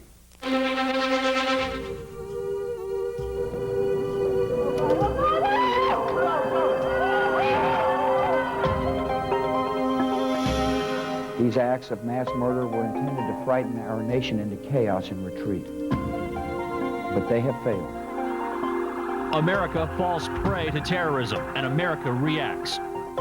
Just ahead, News 10 NBC crews are in New York City and the nation's capital. Plus, see how Rochester comes together to heal in this tragic time. This is a News 10 NBC special report. America under siege. Good evening, everyone. I'm Brian Martin. I'm Janet Lomax. Rochester is reacting to and racing toward New York City tonight. Local emergency crews are ready to help following one of the worst tragedies to hit on American soil. The New York City skyline is forever changed with the terrorist attack at the World Trade Center. Local paramedics from Rural Metro Ambulance will leave for New York City in just a few hours. We caught up with them earlier tonight as they packed. And there was more horror to come in Washington, D.C. At nearly the same time, another hijacked American plane went down. But this is the scene this morning in New York City. Two hijacked airlines slammed into the World Trade Center. It happened just as people started work in the Twin Towers. Officials say a total of 20,000 people work there. Both planes had taken off from Boston. That first hit the Trade Center at 8:50 a.m. Then 18 minutes later, live on network television, the second plane struck and blew right through the other tower. As we said, there was more horror to come in Washington, D.C. Another hijacked American plane nosedived into the Pentagon. American Airlines Flight 77 ripped a hole into the side of the building. NBC is now reporting hundreds were killed in that attack. President Bush ordered the nation's military on high alert status. Tonight, the president talked directly to the American people mourning the deaths of thousands of victims. He had spent much of this day away from the White House, arriving back in Washington just after 7 tonight. He was in Florida when the attacks began, there to talk about education. Then the Secret Service moved him around different military bases. President Bush says these terrorist acts were meant to frighten our nation, but they failed. Our country is strong. A great people has been moved to defend a great nation. Terrorist attacks can shake the foundations of our biggest buildings, but they cannot touch the foundation of America. Bush vowed to bring those killers to justice. And while no one has taken responsibility for today's attacks, the name of one of the world's most infamous terrorists keeps coming up. We're talking about Osama bin Laden. Bin Laden is an exiled Saudi millionaire who runs a terrorist training camp in Afghanistan. Some of his followers are said to be behind the attack on the World Trade Center in 1993 and the U.S. embassy bombings in Kenya and Tanzania. American intelligence officials know that bin Laden hides out in Afghanistan, but tracking him down has been difficult. And this was the scene earlier tonight in Afghanistan's capital city. Explosions just seconds apart that shook buildings. There was no sound of airplanes or anti-aircraft fire. U.S. officials quickly denied any involvement. They say the fighting appeared to be opposition rebels responding to a local attack on a government leader.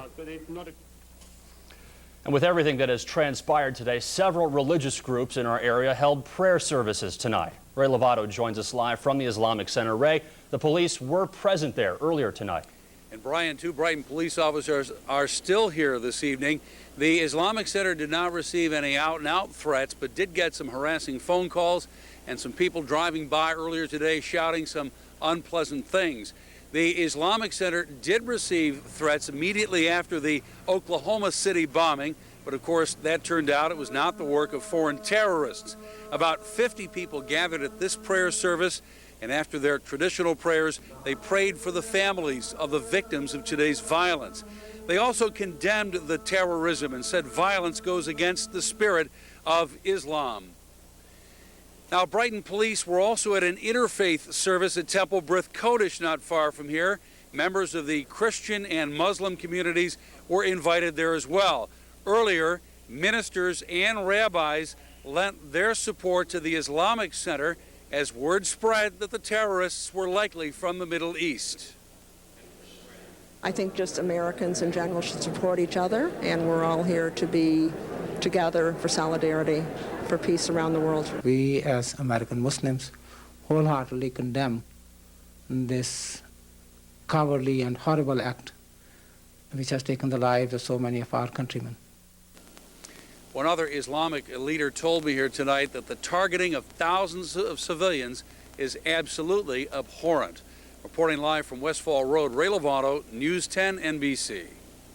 And those civilians were innocent victims on commercial airlines. American Airlines Flight 11 and United Airlines Flight 175 were both headed from Boston to Los Angeles. They both crashed into the World Trade Center towers. American Airlines Flight 77 from Washington to LA hit the Pentagon. And United Airlines Flight 93 from Newark to San Francisco went down in Shanksville, Pennsylvania. It's southeast of Pittsburgh. The 4 planes carried 266 people. There is no word of any survivors. Today's attacks brought our nation's air travel to a standstill. All flights were grounded all across the country. Kristen Salome joins us live from the newsroom. Kristen, any idea when our airport will reopen? Not until noon tomorrow at the very earliest, Brian, although a Mercy flight from Buffalo was allowed to land there earlier this evening. Today's attacks continue to reverberate through airports around the country, including our own here in Rochester. Air travel came to a screeching halt within a half hour of the terrorist attacks. At least 6 planes had to return to Rochester shortly after takeoff. Others never got off the ground. We boarded the plane, and the captain came on and told us that everybody could stay on the plane, but it would be sitting there at least an hour. All flights all across the United States have been grounded.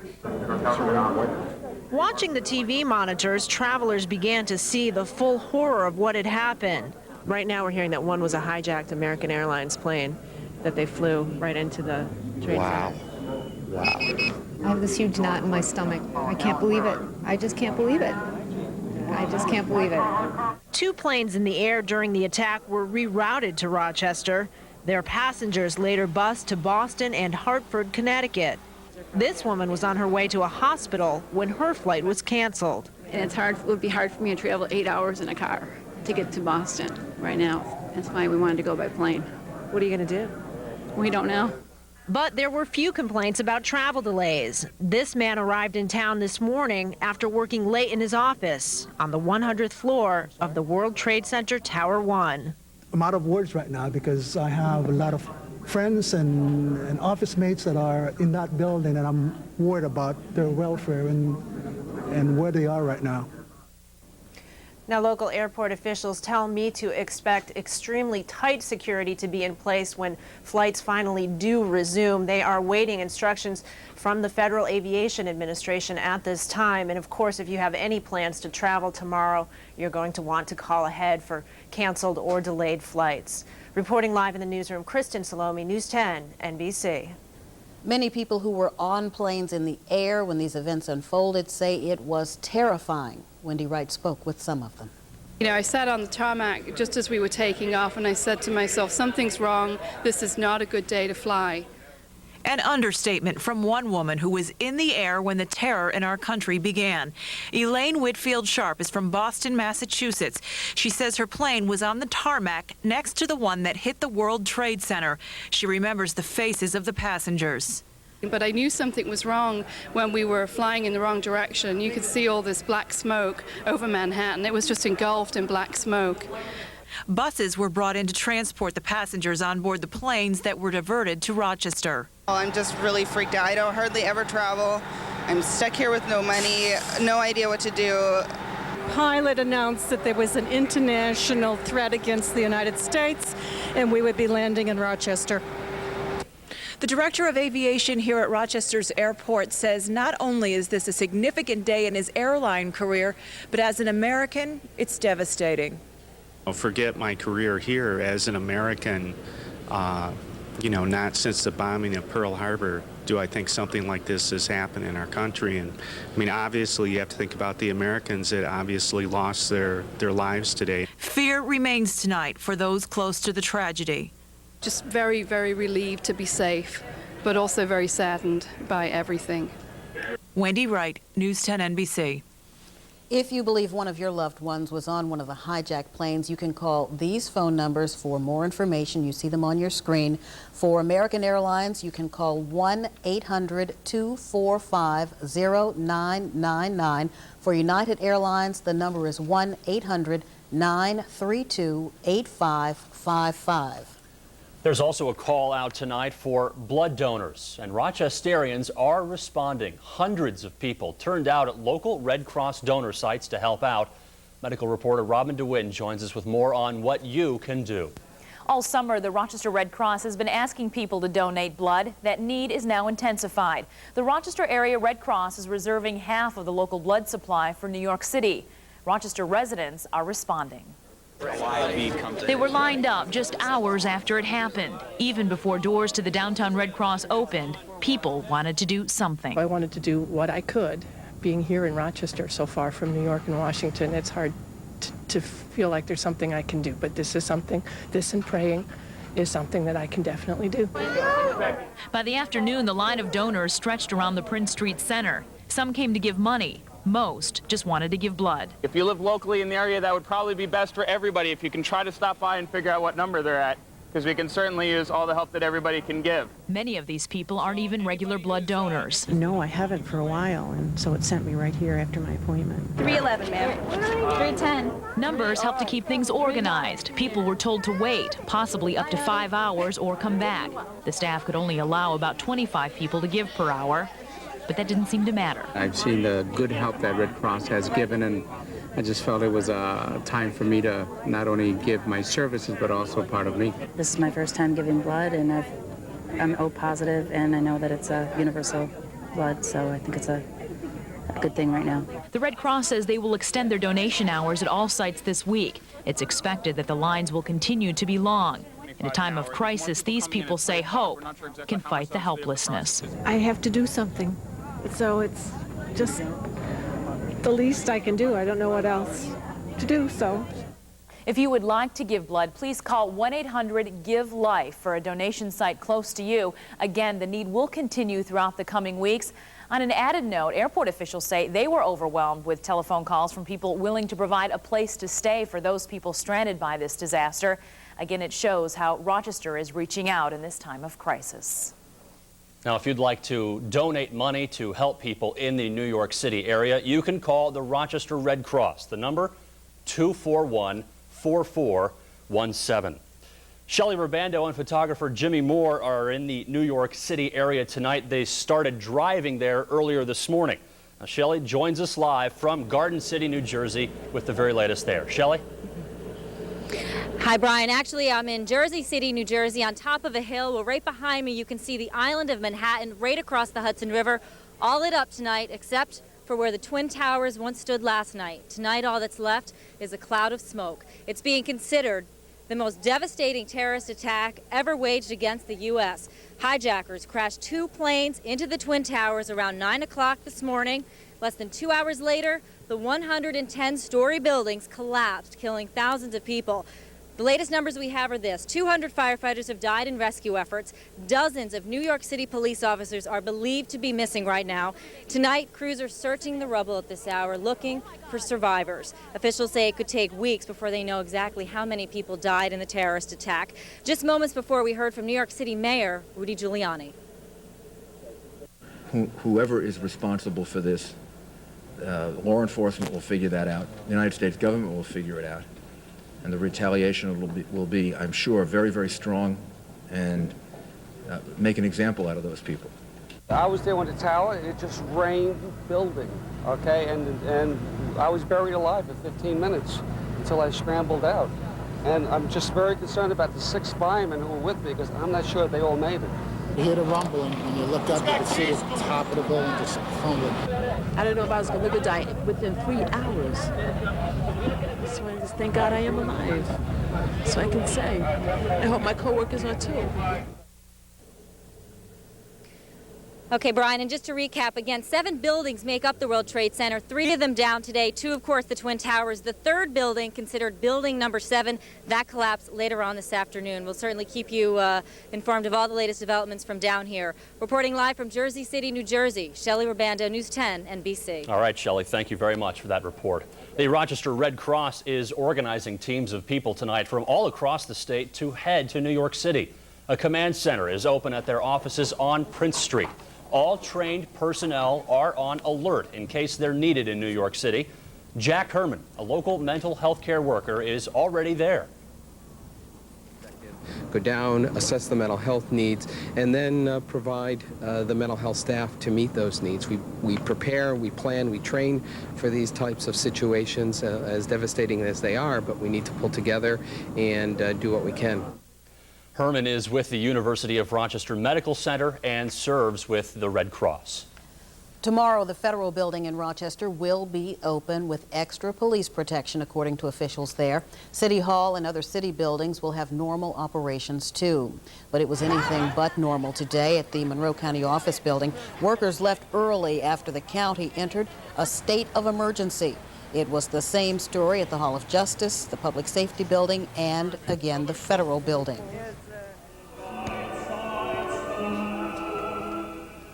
A lot of people feel helpless about what to do when something like this happens. Tonight, many churches opened their doors so people could find some comfort.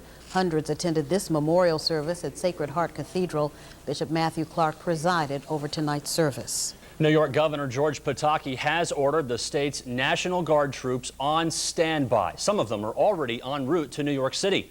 Gary Liberatore joins us live from the Army National Guard on Culver Road. Gary, have any left from Rochester? Well, Brian, I've been out here since about 1 o'clock this afternoon, and there have been a few military vehicles that have left, not all at once, but sporadically throughout the day, including one that left maybe about an hour and a half to 2 hours ago. Now, no official word on where those vehicles went to, but if we take a look over here, you can see that some of the guardsmen are on duty out here tonight. They are guarding each of the entrances to the headquarters here on Culver Road, as all military facilities around the country are on alert. Now, if we take a look at some of the video from earlier today, it did look like a facility getting ready for troops to head out. Now, a lot of guardsmen were saying goodbye to loved ones. Guardsmen and guardswomen filed in all day long, not knowing if or when they would be leaving. Now, a state spokesperson told me tonight that 750 members of the Army and Air National Guard from throughout upstate will be joining their New York City counterparts by tomorrow to help with the search and rescue effort. Loved ones, however, hope that they don't have to go further than New York City. Could be more, but you know, nobody knows right now. So, but wait. Just wait. Exactly. That's what we're gonna do. We're just gonna wait. And the spokesperson for the state's military fleet tells me that he cannot release any details as to where or when the troops will head because of the delicate issues surrounding national security after what's happened today. Reporting live from Culver Road, Gary Liberatore, News 10, NBC. Brett Davidson drove all day to our nation's capital. He's in Washington, D.C. tonight, and he joins us now live near the Pentagon. Brett? That's right, Janet, and let me tell you, this city, the nation's capital, remains in a state of emergency tonight. It's an eerie sort of feeling here tonight. Over my left shoulder, I can see smoke rising from above the buildings from where the Pentagon is, although you can't see it probably from this camera angle. Here in Washington, D.C., just down the road, as you know, this was one of the intended targets of terrorists, one side of the Pentagon building collapsing. At this point, what we understand, 100 people dead from inside the building, another 64 passengers from American Airlines Flight 77 hijacked after leaving Dulles Airport, also considered dead in this terrorist act. Right down the street from here on Capitol Hill at the Capitol building, an impromptu gathering of our congressional members of the United States House and Senate singing God Bless America. Also words from the congressional leadership, Dennis Hastert and Senator Tom Daschle, saying that those responsible for these crimes will be held accountable and justice will be met. I had a chance to speak with our congressional delegation, Congresswoman Louise Slaughter. I talked to her earlier this evening, as well as Congressman Tom Reynolds, Senator Hillary Clinton, and Senator Chuck Schumer, all saying the same thing, that the time has come to get behind the United States for its allies to come together at this time and show a united front when it comes to exacting a price on those responsible. Congresswoman Louise Slaughter went further. She said that if indeed Osama bin Laden, who has been talked about as the possible terrorist in this attack, is found responsible, and the country of Afghanistan is found to have been harboring him, then Congresswoman Louise Slaughter says that country should expect to exact a price. Janet? All right, thank you so much for that live report from Washington, D.C.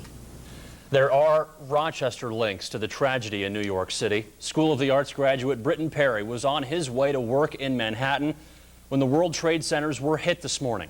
Rebecca LeClaire spoke with his mom, Joyce, who spent the day listening to news reports and waiting for phone calls.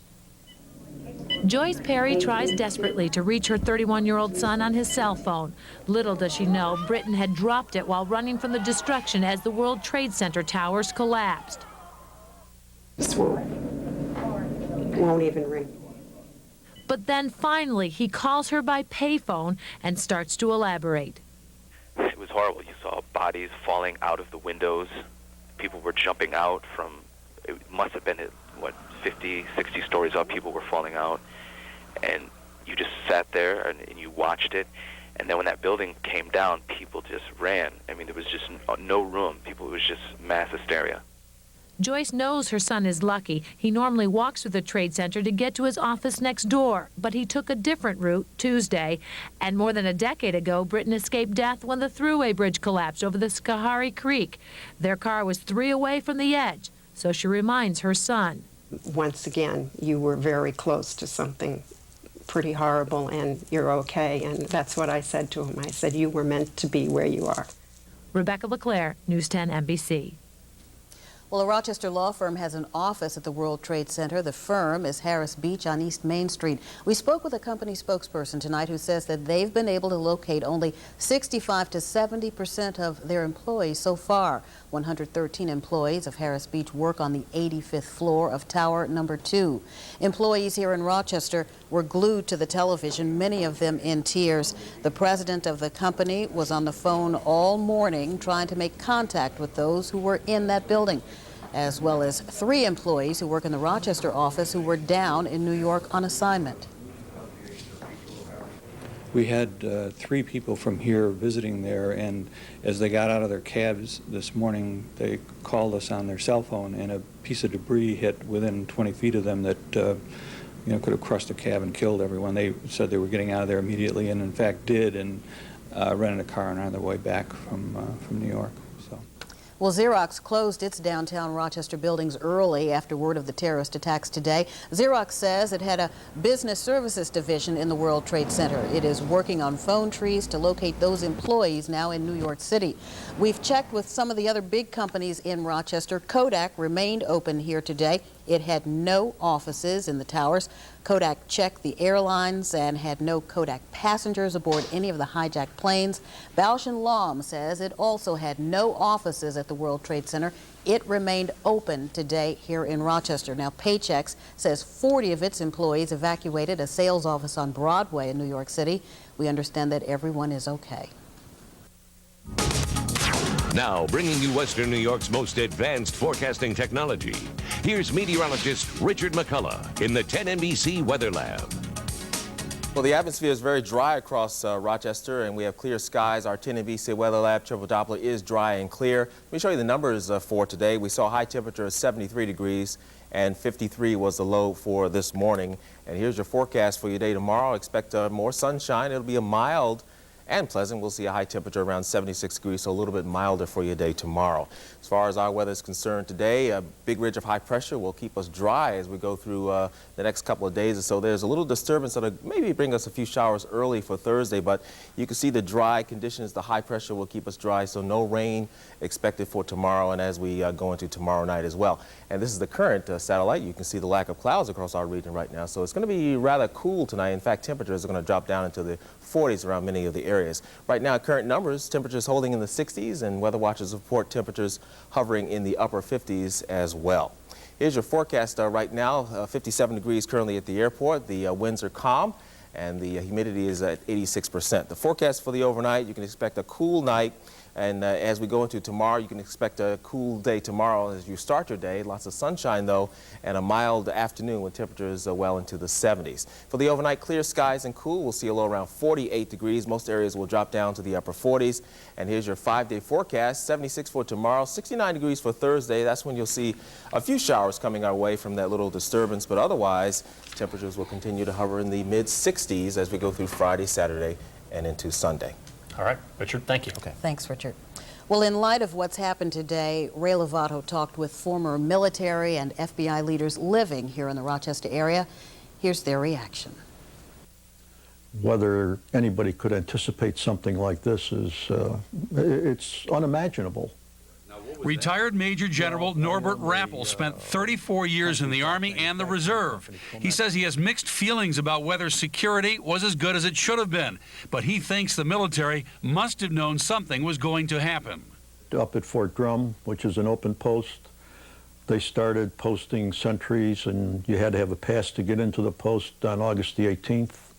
I happened to be down at Fort Knox Friday and Saturday.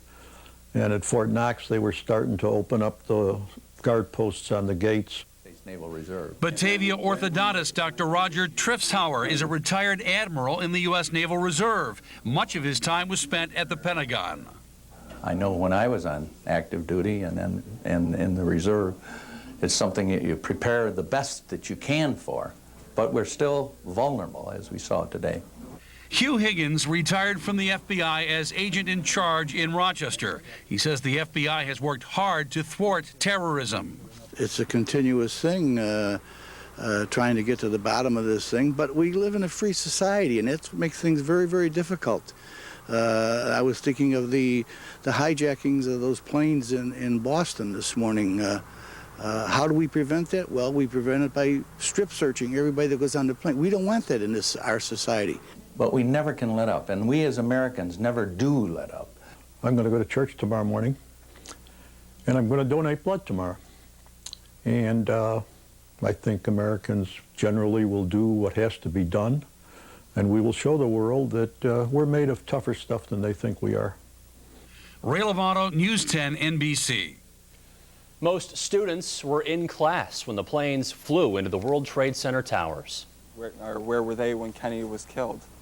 Or when they first heard about it, and they tell you everything, that they know. And, photography class, I mean, it'll stick out for the rest of my life on where was I when. At the end of the school day, students at Bishop Kearney High School prayed for families who have lost loved ones. Throughout the day, televisions had been turned on in classrooms, and teachers led group discussions. Students had lots of questions and seemed very confused. Well, recapping a day that America will not forget. Just before 9 a.m., American Airlines Flight 11 crashes into Tower 1 of the World Trade Center. Minutes later, a second plane, United Airlines Flight 175, hits the other tower. About 40 minutes after that, a third aircraft, American Airlines Flight 77, crashed into the Pentagon.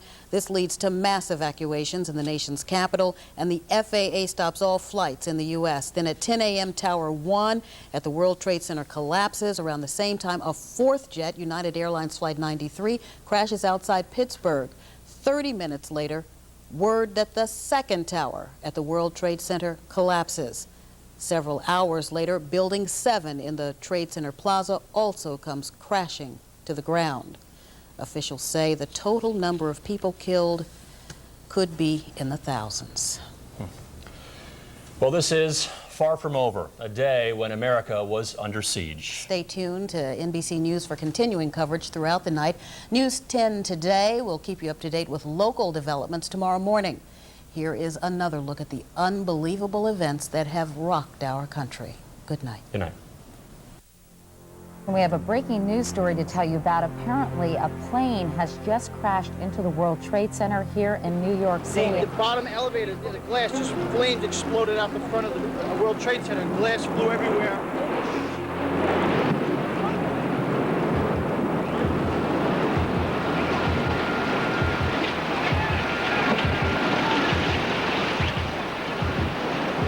We're looking at live pictures of the Pentagon where there is billowing smoke.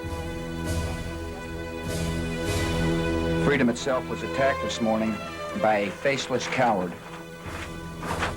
and freedom will be defended.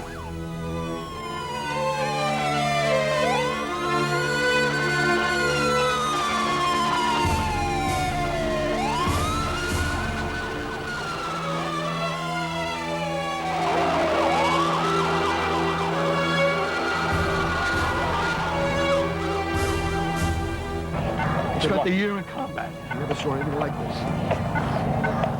Before a lot of people died.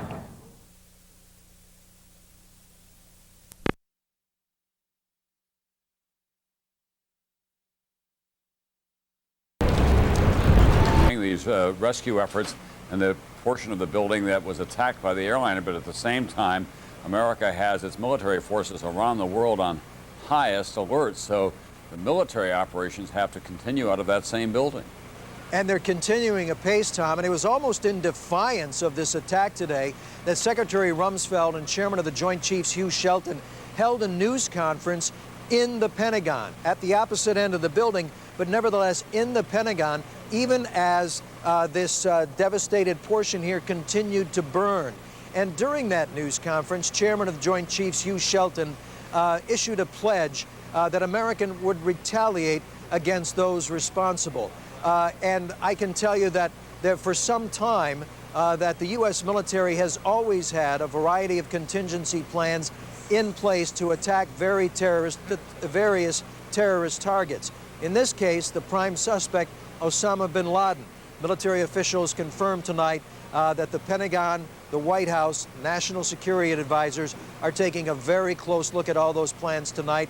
One immediate step that the military took, the aircraft carrier Enterprise had just left the Persian Gulf, was on its way home, and the Pentagon said, not so fast, stay there, we may need you.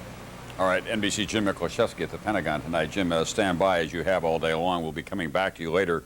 A couple of other quick updates on what's been going on in the nation's capital at the White House. The president had a long day going from Florida to Barksdale Air Force Base in Louisiana, Strategic Air Command headquarters at Offutt and Omaha, then back to the White House for a short address to the nation tonight.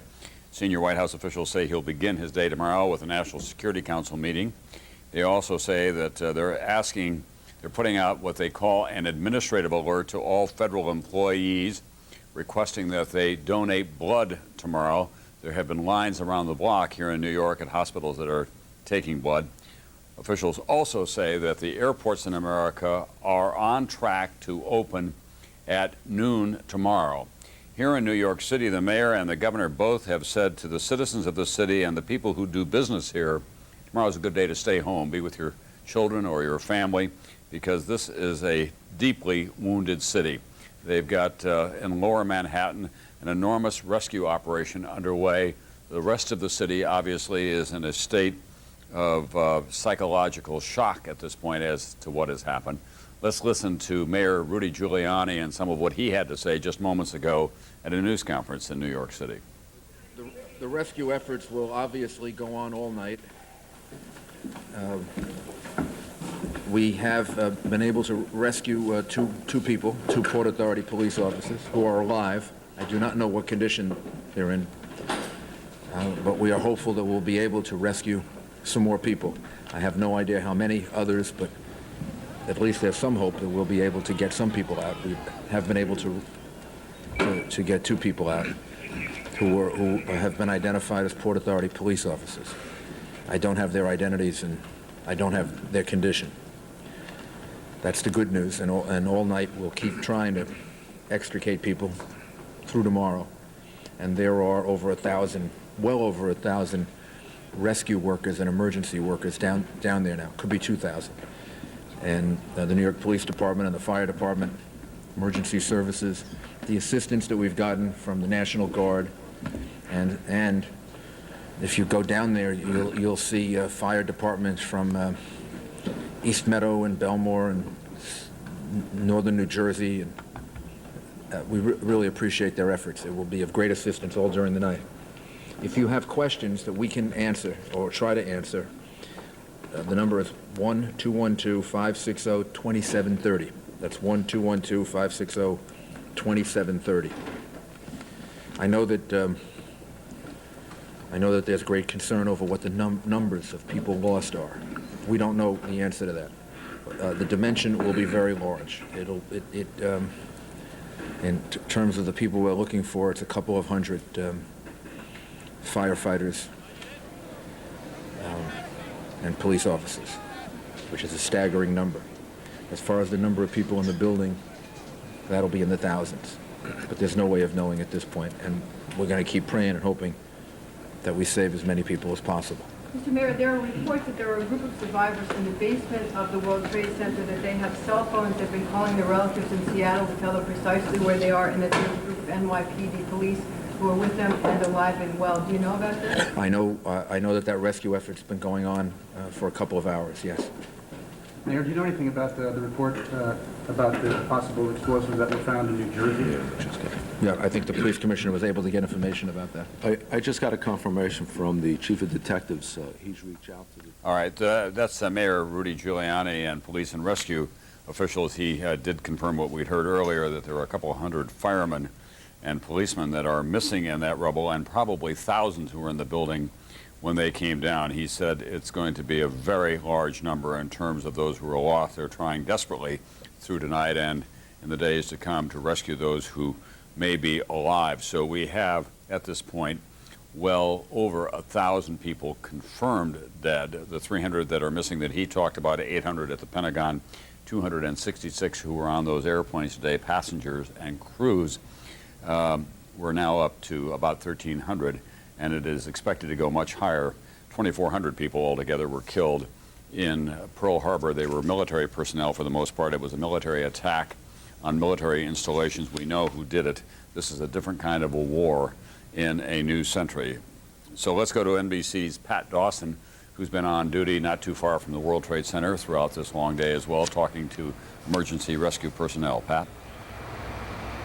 Tom, over the past 2 to 3 hours, we have seen a number of those rescue personnel, emergency workers, police, fire, coming out, finishing what amounts to their shift for the time being. They will be sent for some rest and brought back here again tomorrow. I would say of the 2 to 3 dozen that we spoke to, almost consistently, without exception, all of them reported on the devastation inside, and pretty much all of them came to the same conclusion. They didn't see how anyone, based on what they'd seen, and I think probably confirmed by those extraordinary pictures that we saw in Rahima Ellis's report earlier, they didn't see how anyone could have survived in there. Yet, nonetheless, we are having reports now, some fragments of good news, if you will, in the midst of all this devastation. You mentioned, of course, the fact that there are reports of people calling with cell phones who are inside that building alive, in addition to which the mayor mentioned the fact that they actually have rescued 2 people from the rubble in that building, and we're going to talk to our guest about that right now. This is Inspector Gene Ciccarelli of the Port Authority Police. Inspector, it has been a long, very difficult day, but you have had some encouraging news in the last couple of hours. Yes, we did have 2 officers that were trapped in an area on Liberty Street, and there was a noise heard from that particular area by an emergency services rescue person, and who alerted us to the fact that they did identify themselves as Port Authority police personnel. And after an extensive effort to extract them from that area, both were taken from the rubble and are on their way to area hospitals and are being treated at this time. Do you have any idea of their condition? I don't know that at this time. The other report that we wanted to ask you about, earlier we had heard that an FBI spokesperson said that there was a report on the George Washington Bridge, which is another facility which you folks are responsible for policing, a report that there had been a van stopped there that had explosives. Have you, the Port Authority Police down here, heard anything about that? I have received no reports on that particular incident, and there's nothing that has been brought to our attention to that effect. Okay. Austin? At this point, you're basically looking to continue the rescue operation through the overnight period. I assume you're sending more people in there. Is that correct? We'll continue the search and rescue operation through the night into tomorrow. We have new troops coming in the morning, and we'll continue to stay here all night until we have to do what we can to retrieve anybody that's still in that area. Inspector Gene Ciccarelli of the Port Authority Police. Tom, I can only tell you that, as we said, a lot of the firefighters coming out of there, although not terribly happy about their duty, are saying that the scenes are of devastation, but they're going to continue going back in there in the hopes that they may find, as they did earlier, some people still alive. Tom? Thank you very much. Pat Dawson, a real brotherhood, obviously, and these big city fire departments and rescue operations, especially during a time quite like this. Pat alluded to a report that there had been a van loaded with some explosives stopped near the George Washington Bridge, which is the northern end of Manhattan Island. It turns out the van had no explosives. They did detain the drivers for a time. There have been any number of reports all day long about bombs in schools, planes setting down because there was a rumor of a bomb on board. We are told tonight, however, that FBI officials think that they've gotten a name out of one of the passenger manifests. It triggered an alarm when they entered it into their database at FBI headquarters. They have obtained a warrant to search the former home of this man. It's believed to be in Broward County for possible evidence. This is all, at this point, as much as we know about it. The FBI obtained the name of the passenger, as I say, from one of the flight manifests. And we don't know the man's name, but the FBI thinks that he could be one of the terrorists. It is in Broward County, which is just north of Miami. These terrorists entered these planes, two of them in Logan Airport in Boston, and one at Dulles and one at Newark. The chairman of the Senate Intelligence Committee is the senator from Florida. He is Bob Graham. He joins us now on the telephone. Senator, I don't know whether you heard what I was just saying, but we do have a report that the FBI is looking for some evidence in Broward County because a name on one of the passenger manifests, when it was entered into the data bank of the FBI, set off some alarms. Do you know anything about that? Tom, I do not. This was the first I had heard of that possibility. Everyone continues to say that all the suspicion centers primarily on Osama bin Laden, the Saudi dissident, who is widely believed to be harbored by the Taliban in Afghanistan. Is that what you're hearing as well from American intelligence agencies? I have not had a specific briefing from the CIA or FBI. We will do that tomorrow. And my feeling is that prudence would be to withhold premature judgments. It's important that we determine who the perpetrator was, but it's also important that we get it right. You may remember after Oklahoma City, the first assumption was that it was an Islamic group. It turned out to be a United States militia group. We're going to respond, as the president said tonight, very forcefully against whoever we determine to have committed this horrendous act. So we need to be sure that we are responding against the right person or the right supporting state. Senator, there have been any number of terrorism experts on the air tonight and throughout this day who are saying, well, we shouldn't be surprised by the fact that there was a terrorist attack. We've all been expecting that, although most of them were stunned by the complexity and the magnitude of it all. But have we turned a deaf ear to all these warnings about how vulnerable America is to terrorism? I don't think we've turned a deaf ear, but we have been allowing our front line of protection against terrorism, which is our intelligence services, to gradually degrade. We have not been maintaining our capacity to eavesdrop on terrorist groups in the same way that we did for 30 or 40 years against the Soviet Union. We have not made the investment in human intelligence, particularly people with the diversity of backgrounds, language skills, and technical skills to effectively get inside these terrorist cells and determine what their capability and motivations might be. And we are collecting a substantially greater volume of information than we are able to adequately analyze and therefore use for intelligence purposes. We need to shore up all those areas of weakness in our intelligence system. Finally, Senator, this is a terrible wake-up call for this country. Will there be a redistribution of resources, in your judgment, to beef up the war against terrorists around the world in terms of military personnel and political efforts that will be made? Yes. For some time, people who have made these assessments have almost universally established that our two major threats to national security were the 7,000 nuclear warheads still in the possession of the Russians and terrorism. I don't think we've been applying adequate priority to that terrorism threat. This will be a wake-up call. It's a terrible thing that it took such a loss of life and a shock to the American people to do so. But I think as we look back from some perspective of history, September the 11th, 2001 will be the turning of a page in the history of America, and in this new chapters that we're about to write, we'll be putting the kind of importance and resources behind the challenge of terrorism that the threat deserves. Thank you very much, Senator Bob Graham, who is chairman of the Senate Intelligence Committee, Democrat from the state of Florida. We're joined now by one of the most highly regarded terrorism experts in America, Brian Jenkins, a veteran of Vietnam. We heard earlier today one of the firefighters in New York saying, "I was in combat for a year. I've never seen anything like this." As you look at these scenes, is there any doubt in your mind that we are in a state of war with terrorism? Mr. Jenkins? No, I don't think there's any question about it. The scale of the incident is unprecedented in the annals of terrorism. And indeed, we have to go back. I think I'm not even sure the metaphor of Pearl Harbor, which has been used frequently today, is adequate.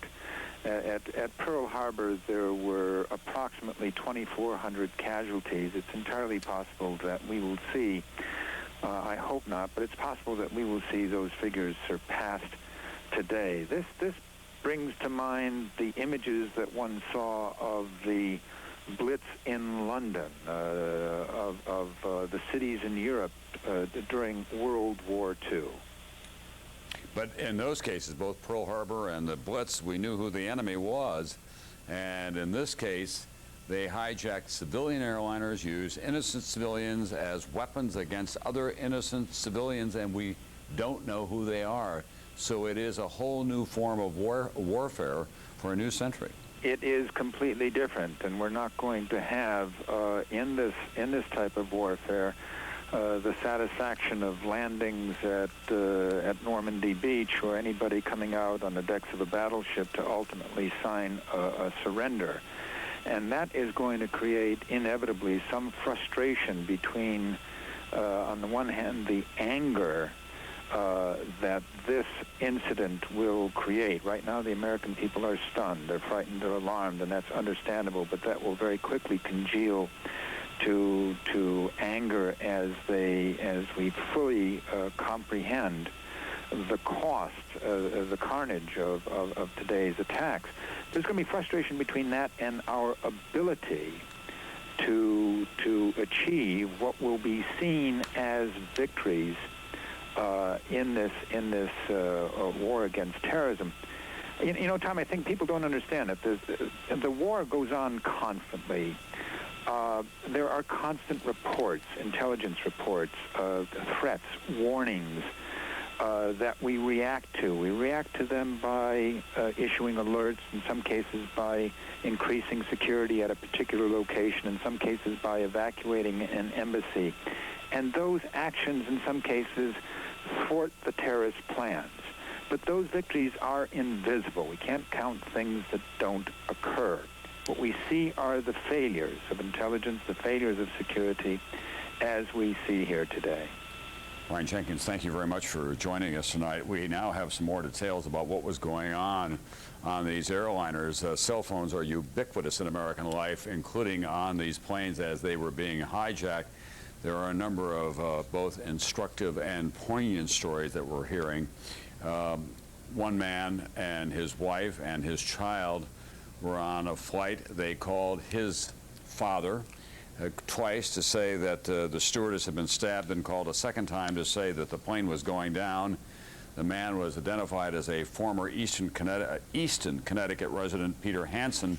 A minister confirmed the cell phone call to his father, Lee Hansen, an official in Easton, a small town which is near Bridgeport on the coast.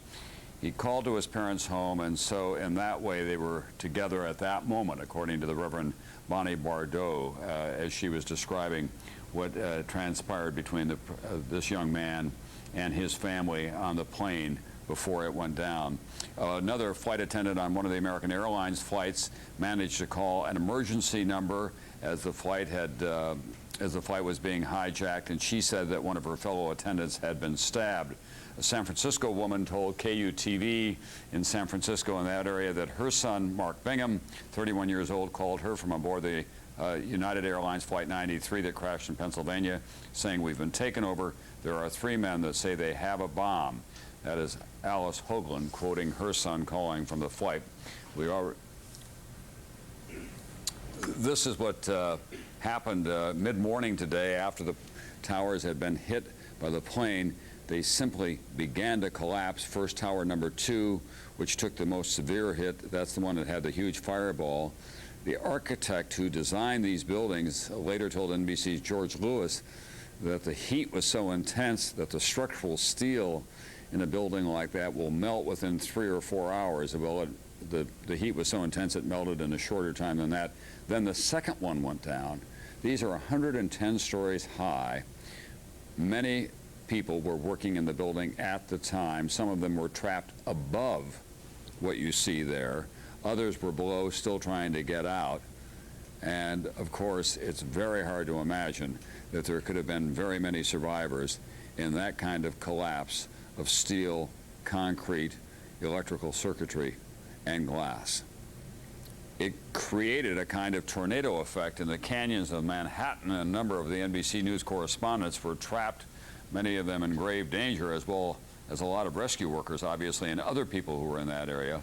And there are reports that between 200 and 300 firemen are missing who were in there at the time trying to rescue personnel. We heard earlier in a report from Dawn Fratangelo about a woman who was coming out of the building. She said the firemen were going up, and then she just knows that they were lost. These are the people who were watching that at the time. Well, let's go to the White House now, and NBC's Campbell Brown, who is in Washington, at least, if not at the White House. And tomorrow morning, the President's Day will begin early after this long and arduous day in which he addressed the nation tonight, Campbell. Well, Tom, he convened a national security meeting here this evening after his remarks. That meeting has now ended, but I can tell you there are many, many lights still burning here at the White House tonight. And aides do tell us he is expected to begin the day early tomorrow, again meeting first thing in the morning with his national security team. The focus now shifting to, number one, getting federal aid to the thousands of people who have been touched by these attacks, and number two, focusing now on finding out who is responsible. The president in his remarks tonight having some very strong words regarding punishment for the terrorists, as well as any country, in his words, who harbors them. The president also tonight talking about how the country has the strength to overcome this. And here was the president from earlier this evening. This is a day when all Americans from every walk of life unite in our resolve for justice and peace. America has stood down enemies before, and we will do so this time. None of us will ever forget this day, yet we go forward to defend freedom and all that is good and just in our world. Thank you. Good night. Now, Tom, aides who spent the day traveling with the president described his demeanor throughout the day as somber but very even-keeled, that he was never overly emotional. His security was obviously a top priority today, which is why we saw Air Force One hopscotching around the country. He began the day in Florida at an education event, and that was really the one time that we did see a sort of emotional reaction from the president when he was informed by his chief of staff, Andy Card, who whispered in his ear about the second second plane crashing into the World Trade Center, we really did see a fairly strong reaction from the president at that time when it became clear that these were in fact terrorist attacks. He from there went to the Barksdale Air Force Base in Louisiana, from there to the U.S. Strategic Command Center in Nebraska. And at each of these times, as Air Force One took off and landed, we were not told where it was going, and this was deliberate. The Secret Service has a plan that they have not implemented in some time, but this is a deliberate plan where they send the plane around the country without informing anyone exactly where it is going. The entire time the president having F-15 air escorts on his wings, and Air Force One essentially turning into a flying White House. The president had communication with anyone around the world. He was fielding calls from world leaders. He spoke first with Vice President Cheney. He spoke twice with his wife, Laura Bush, who was also rushed to an undisclosed location.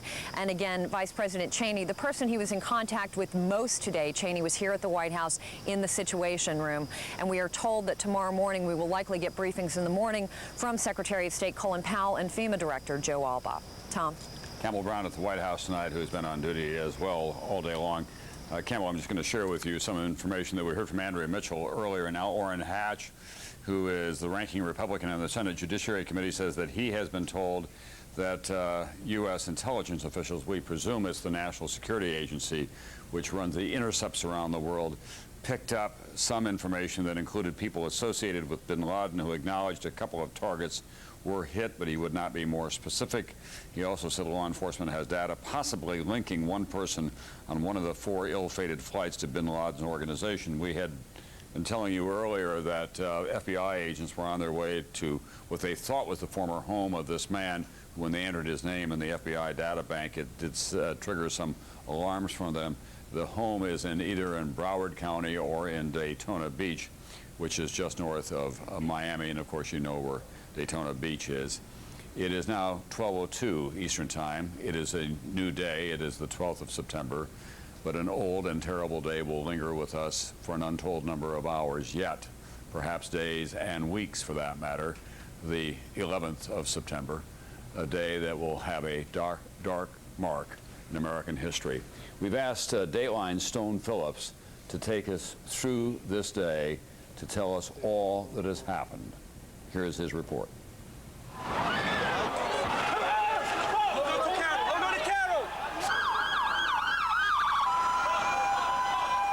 Today, the unimaginable happened. At the start of a busy workday, New Yorkers heard an explosion, then looked up to see a symbol of America's economic power, one of the World Trade Center's twin towers billowing smoke and flames. The glass, just flames exploded out the front of the World Trade Center. Glass flew everywhere.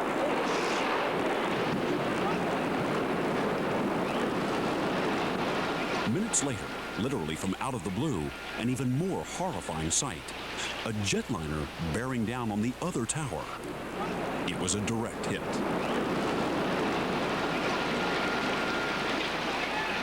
A second airplane, a 727, just rammed into the building.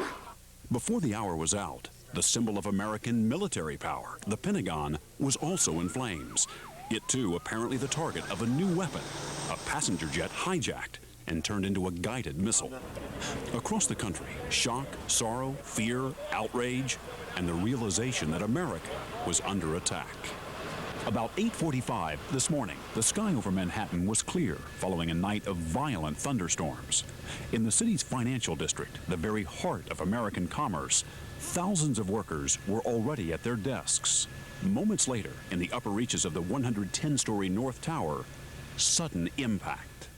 As Matt just mentioned, we have a breaking news story to tell you about. Apparently, a plane has just crashed into the World Trade Center here in New York City. 1 second after the sound started, there was gray smoke and what looked to be like confetti flying all over the place.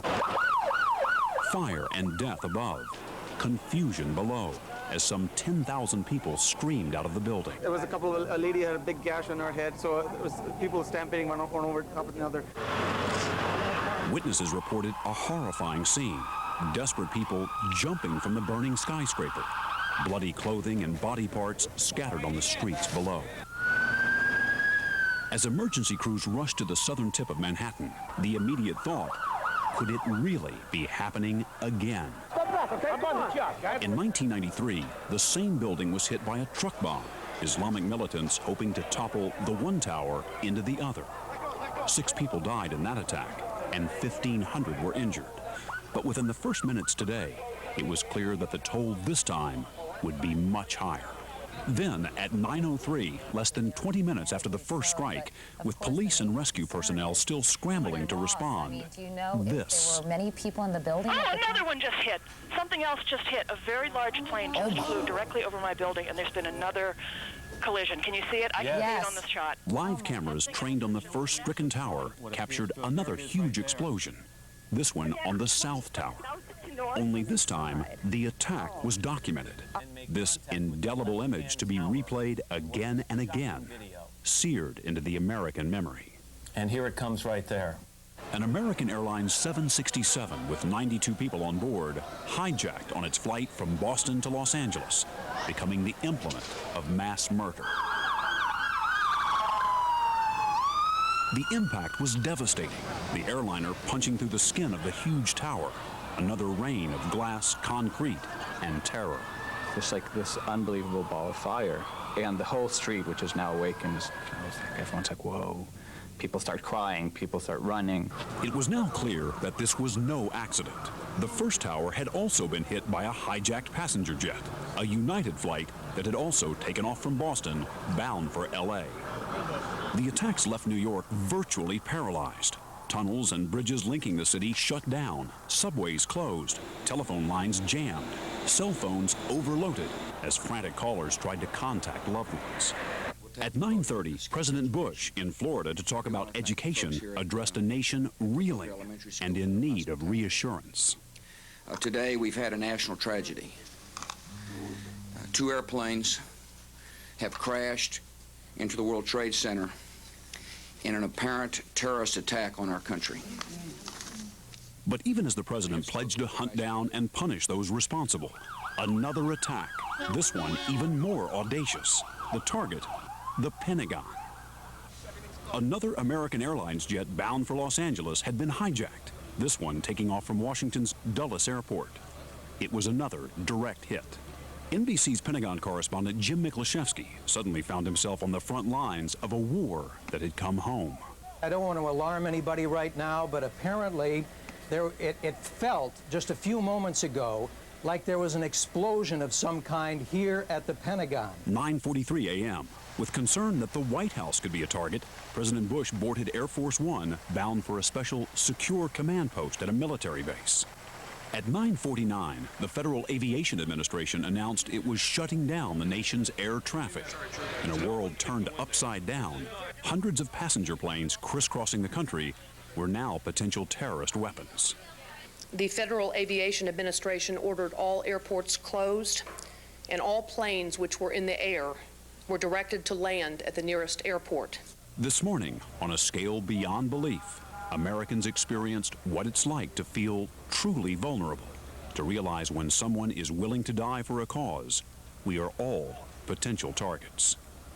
The number one suspect, this man, Osama bin Laden, a radical Islamic terrorist linked to past attacks on American interests. A London-based Arab journalist said today that 3 weeks ago, followers of bin Laden warned of a huge and unprecedented attack on the U.S. Was this it? Somebody provided the logistical support for this operation, and clearly the only person, or one of the only people, that has built up such a network in the world today is Osama bin Laden. There was no word from bin Laden, but the Taliban-ruled government of Afghanistan, where bin Laden is based, issued a statement this morning condemning the attacks and saying bin Laden did not have the capability to carry out such acts. And there were plenty of other suspects, ranging from radical Palestinian groups to rogue governments. President Bush has committed the full resources of our intelligence and law enforcement communities to identify and bring to swift justice those responsible for these despicable attacks. While the nation's intelligence community ran down possible suspects and tried to assess whether more attacks were imminent, rescue workers in New York and Washington confronted a disaster of immense proportions. In New York, local hospitals began filling up, Urgent calls going out to every available surgeon and nurse. Long lines of people outside waiting to donate blood. It was a war zone. It was just unbelievable. And still, there was worse to come. At 9:59 a.m., the Trade Center's South Tower, the building that took the second hit, began to crumble.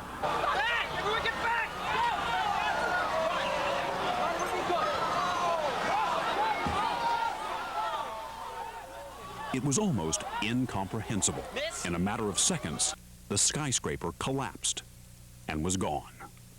Suddenly, we hear, the security say, everyone get out now, everyone run for your lives. NBC producer Shahar Baran was there with a home video camera. A bunch of women just standing there, shocked. By then, the whole building sort of implodes. It just goes like this. And you see like a side of the building, and then it goes, and there's this ball, this silver yellow ball sort of heading towards you, kind of in slow motion. You can't figure out what to do. People are starting to run like crazy. Then at 10 a.m., news of another passenger plane in trouble. Someone on United Airlines Flight 93, traveling from Newark, New Jersey to San Francisco, called 911 and reported a hijacking. Then an explosion and silence. The plane crashed here, some 80 miles outside of Pittsburgh. There were 45 people on board. So far, 3 passenger jets used kamikaze style, and a 4th that might have been. 266 people on board killed. The death toll on the ground still unclear. Then, at 10:30, another sickening sight. The tower still standing, following its twin, collapsing, vanishing in a cloud of smoke.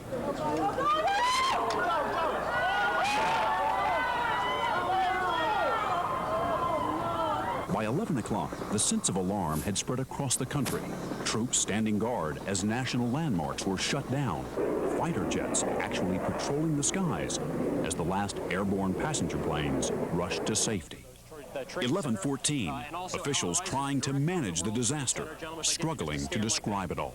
First of all, Chief, do we have any idea of how many people are in there? We have no idea. Now, as you know, it was pretty much rush hour time that this took place this morning, so the numbers we don't know yet. We tried to get almost everybody out that we could early on.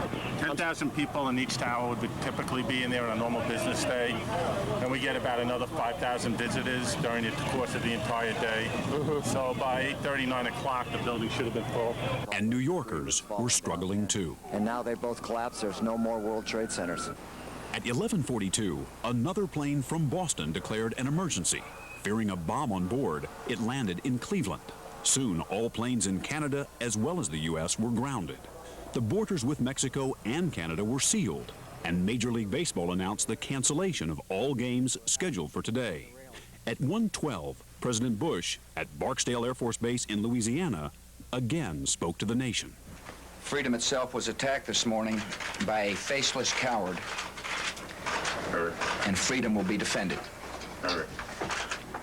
I want to reassure the American people that the full resources of the federal government are working to assist local authorities to save lives and to help the victims of these attacks. Make no mistake, the United States will hunt down and punish those responsible for these cowardly acts. Moments after his speech, the president reboarded Air Force One for a then undisclosed location. Meanwhile, in New York, an army of rescue workers and volunteers from the city's building trades and other unions made their way to the wreckage of Lower Manhattan, seeking the injured and dead. You guys going back? Yes. It's our job. You worried about that other tower? Personally, I am. I got fellow officers that might be trapped. I'm not trying to be a hero, but I think if you were in this position, you'd do the same thing. Those civilians who could made their way by foot across the Brooklyn Bridge, as New York Mayor Rudy Giuliani called for calm in a city that was more shell-shocked than terrified. And I'd ask the people of New York City to do everything that they can to cooperate, not to be frightened, to go about their lives as normal. The mayor's news conference gave the first hint of just how high the casualty count could be. There are over 1,000 rescue workers, probably about 2,000 that are deployed, trying to get into the buildings, trying to find people, trying to search for people. The governor and I spoke a couple of hours ago, and the governor has deployed the National Guard to relieve them because our people are going to need reinforcements pretty soon. Just before 3 p.m., President Bush landed at Offutt Air Force Base outside of Omaha. From an underground bunker at the Strategic Air Command Base, he convened a National Security Council briefing. As 4 o'clock approached, the president's spokesperson, Karen Hughes, briefed reporters back in Washington. The Secretary of Defense remains at the Pentagon, and the Secretary of State is en route back to Washington. 5:21 p.m. Even as people around the country struggled with the enormity of today's events, a third building at the World Trade Center, damaged by this morning's attacks, collapsed. They advised us to leave because we have... Oh my God. Look behind us, please pan in this way, please. Be careful of your baby. This is it. That's the building coming down. Oh my God. Oh my God. Oh my God. No. Fortunately, the building with more than 40 floors had been evacuated. But once again, the concrete canyons of Lower Manhattan were filled with the sounds of sirens and the sight of people fleeing for their lives. At 8:30, the president, now back in Washington, addressed the nation from the Oval Office. Today, our fellow citizens, our way of life, our very freedom came under attack in a series of deliberate and deadly terrorist acts. The victims were in airplanes or in their offices. Secretaries, businessmen and women, military and federal workers, moms and dads, friends and neighbors. The president focused on America's strength as a nation. Our military is powerful, and it's prepared. He also issued this warning. The search is underway for those who are behind these evil acts. I've directed the full resources of our intelligence and law enforcement communities to find those responsible and to bring them to justice. We will make no distinction between the terrorists who committed these acts and those who harbored them.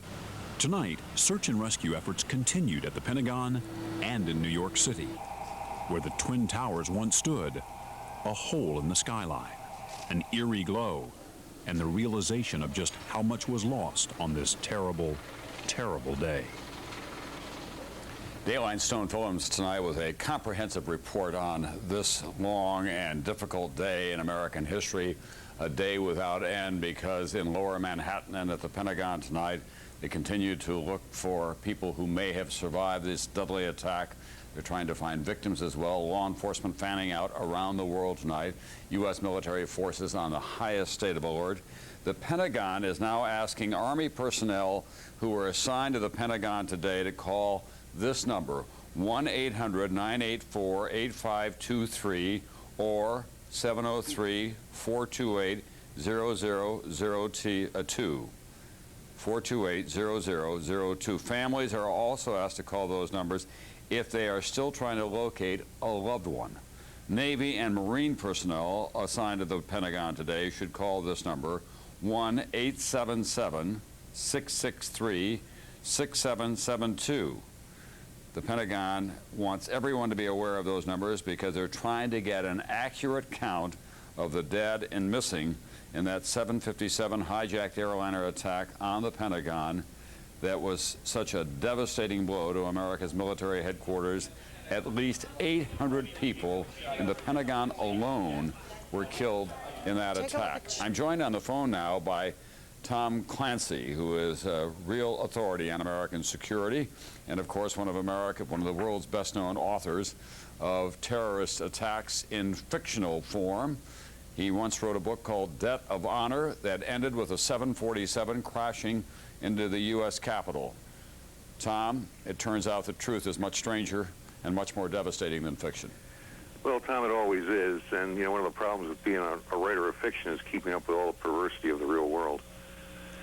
It's just a horrible event. And, it's all, we're talking over 10,000 American dead, and that's about as bad as it gets. When you first heard these reports today of hijacked planes being flown into the Twin Trade Towers and into the Pentagon, what was your initial reaction? You know, I wouldn't have written this into a novel because I would not have regarded it as a credible threat. 4 people willing to give their lives up for their cause in a period of a few hours. That's not very. It's just hard to grasp. It's hard to wrap your mind around something like that. Well, the other thing that we have to say is that this was a very efficient, in a cold-blooded fashion, and a very sophisticated and a very complex operation that didn't happen in just the last 48 hours or so. Well, obviously, there were some months or weeks or months or potentially even years of preparation went into this. I mean, pardon me for putting it this way, but it was a beautifully planned operation. They just, you know, Pearl Harbor was achieved tactical surprise and achieved the objective of the Japanese Navy. So this operation achieved the objective of its perpetrators. We want to put on the screen now, Tom, and have you watch it at home as well. This is the tracking that we had earlier today of these airliners that took off from Boston's Logan Field. And as you can see, it was very shortly after takeoff that they make a hard left turn and head for New York Harbor and the World Trade Center. We were told that they were armed with knives, but this hijacking all happened very quickly. Yeah, I'm looking at the radar track now. It's somewhat surprising that the air traffic control system wasn't alerted by this, but I don't know I'm not a pilot. I don't know the ins and outs of that. Well, one of the things that happened apparently is that the hijackers were so sophisticated they knew to turn off the transponders. So they had this kind of a track on them, but they didn't have the radar track that they would normally have, or the radio traffic that they would have with the air traffic controllers. Well, that'd be one explanation of it, I guess. But again, I'm not an airline pilot. I don't know the ins and outs of that system. I really can't comment on it intelligently. You do know a lot about the perils that exist in the modern world and the high technology that is available to just about everyone out there. You think that there's a full appreciation, certainly there may be by the end of this day, a full appreciation across America, even in the highest echelons of our government and our corporate life, of the real threat of terrorism? Well, certainly this event has brought things pretty close to home for everybody. I mean, we've got, again, more than 10,000 Americans that have probably lost their lives today.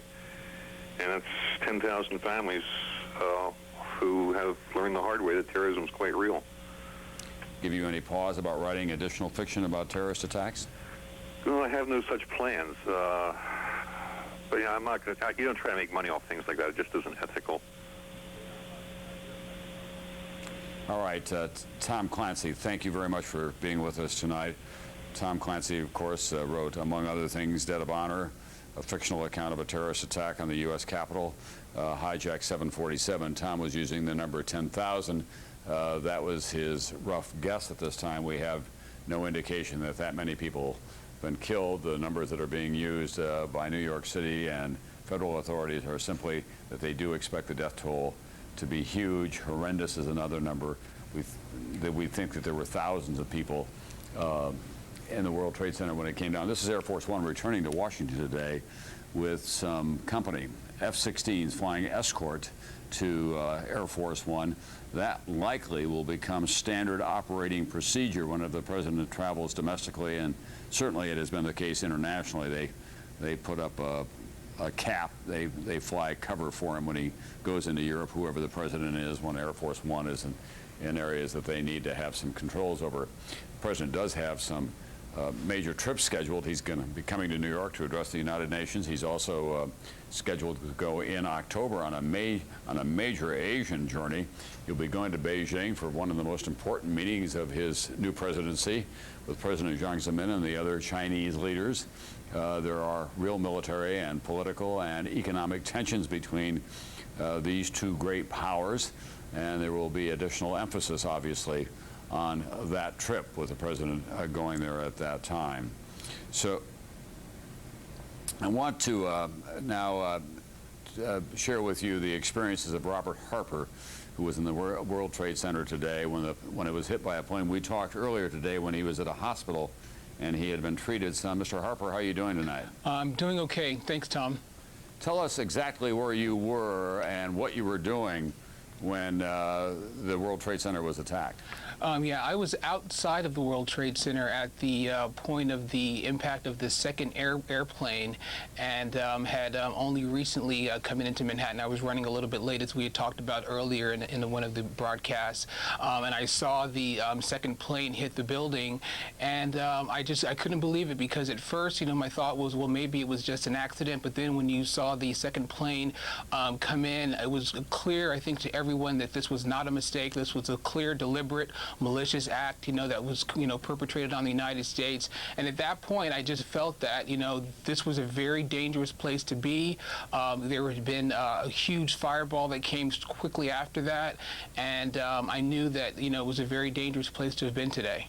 And so you began to run, I gather. I did, and one of the things that I think the videos that you've shown tonight really don't reflect is that, you know, by the time those buildings started to come down, there were so many thousands of people that were down there trying to help everyone out. There were, you know, EMS workers, firemen down there, and the huge cloud of smoke. I think someone referred to it is looking as though it was snowing down there, and that's exactly what happened. I had to take my shirt off and put it over my nose to breathe, because all of the debris that was coming down there just made it impossible to even feel like, you know, you were going to get out of there. And once the building started coming down, I was sort of over in the area near the Woolworth building, and I thought, you know, this building comes down, it's probably going to hit the Woolworth building, and I began to run. I mean, literally just run, you know, at the top speed that I could to try to get over to the bridges. But then I kept thinking, you know, whoever did this, they perpetrated this particularly to try to maybe bring down some of the other buildings. So all of the thousands of people that were on the Brooklyn Bridge, I also felt were probably in danger, and you really had no idea which way to run, but you knew that you just had to get somewhere. So it was incredible, because I think that for the amount of people that have lost their lives today, it was just no way of knowing, you know, what you could have done then. Well, where did you work in the World Trade Center, Robert? I wasn't working in the World Trade Center, but I work on William Street, a few blocks around there, but I'd come into the area and was down there then. And what about your other co-workers? Are they okay tonight? I hope so. I mean, as you know, the cell phones were operating off of the World Trade Center tower, so a lot of people I've lost contact with. I've tried to call a lot of people. Cell phones initially had been out of, you know, touch. I've left messages from people, and I'm just glad to hear that Mayor Giuliani has suggested that people, you know, don't come into Manhattan tomorrow, because it's been very difficult to get communication. I've tried to call to various members of my family, and, you know, they're saying that a lot of the lines have been tied up or not, you know, able to get through. So I would suspect that a lot of voicemails in that area probably are not operable now. All right, thank you very much, Robert Harper, who had a narrow escape today. He was just a little bit late for work, and it was a good day to be that, probably. Absolutely. And he was able to get out of that area, but he was witness to many of the horrors that were existing down there. In fact, New York City is a much more personal city than a lot of people realize. It's really a collection of small towns. There are networks of friends and contacts all over New York City tonight. And so many people are talking to one another, because when you had a building like the World Trade Center, the Twin Towers, 20,000 people, as many as 50,000 in some days, were working or passing through there. Someone almost everyone knows someone who worked there or worked near there. And tonight people are frantic trying to find out what happened to their friends. And then there are these terrible stories of cell calls being made from the Twin Trade Towers back to loved ones saying, I don't think I'm going to get out of here, I love you. Or in one case, a nurse at St. Vincent's Hospital was online with her husband when the line went dead. St. Vincent's was one of the major destinations for rescue workers today, and NBC's Robert Bazell has been there all day long. Robert, is a little bit quieter there tonight? Yeah, it's quieted down quite a bit in the last few hours, Tom. I just got word that another person in the burn unit died of the injuries just a few minutes ago. In addition, 2 police officers were brought in. Many of the police officers today have had eye problems because there was just a storm of concrete dust down there, and a lot of the rescue workers had very severe problems with their eyes. Mayor Giuliani tried to get a lot more goggles taken down there at one point because there were so many eye injuries. But of course, that's not the worst of it. The multiple burn injuries and a lot of people that were crushed. And as we can't repeat it often enough, of all the people that did manage to make it in as casualties, an enormous number, maybe 1 in 5, were rescue workers, firefighters, or police officers. And as we've heard over and over again, there's that enormous number who are missing. Mayor Giuliani mentioned the number 200 firefighters, which is just an astounding number from New York's fire department. I also have word that one of the favorite chaplains in the New York Fire Department,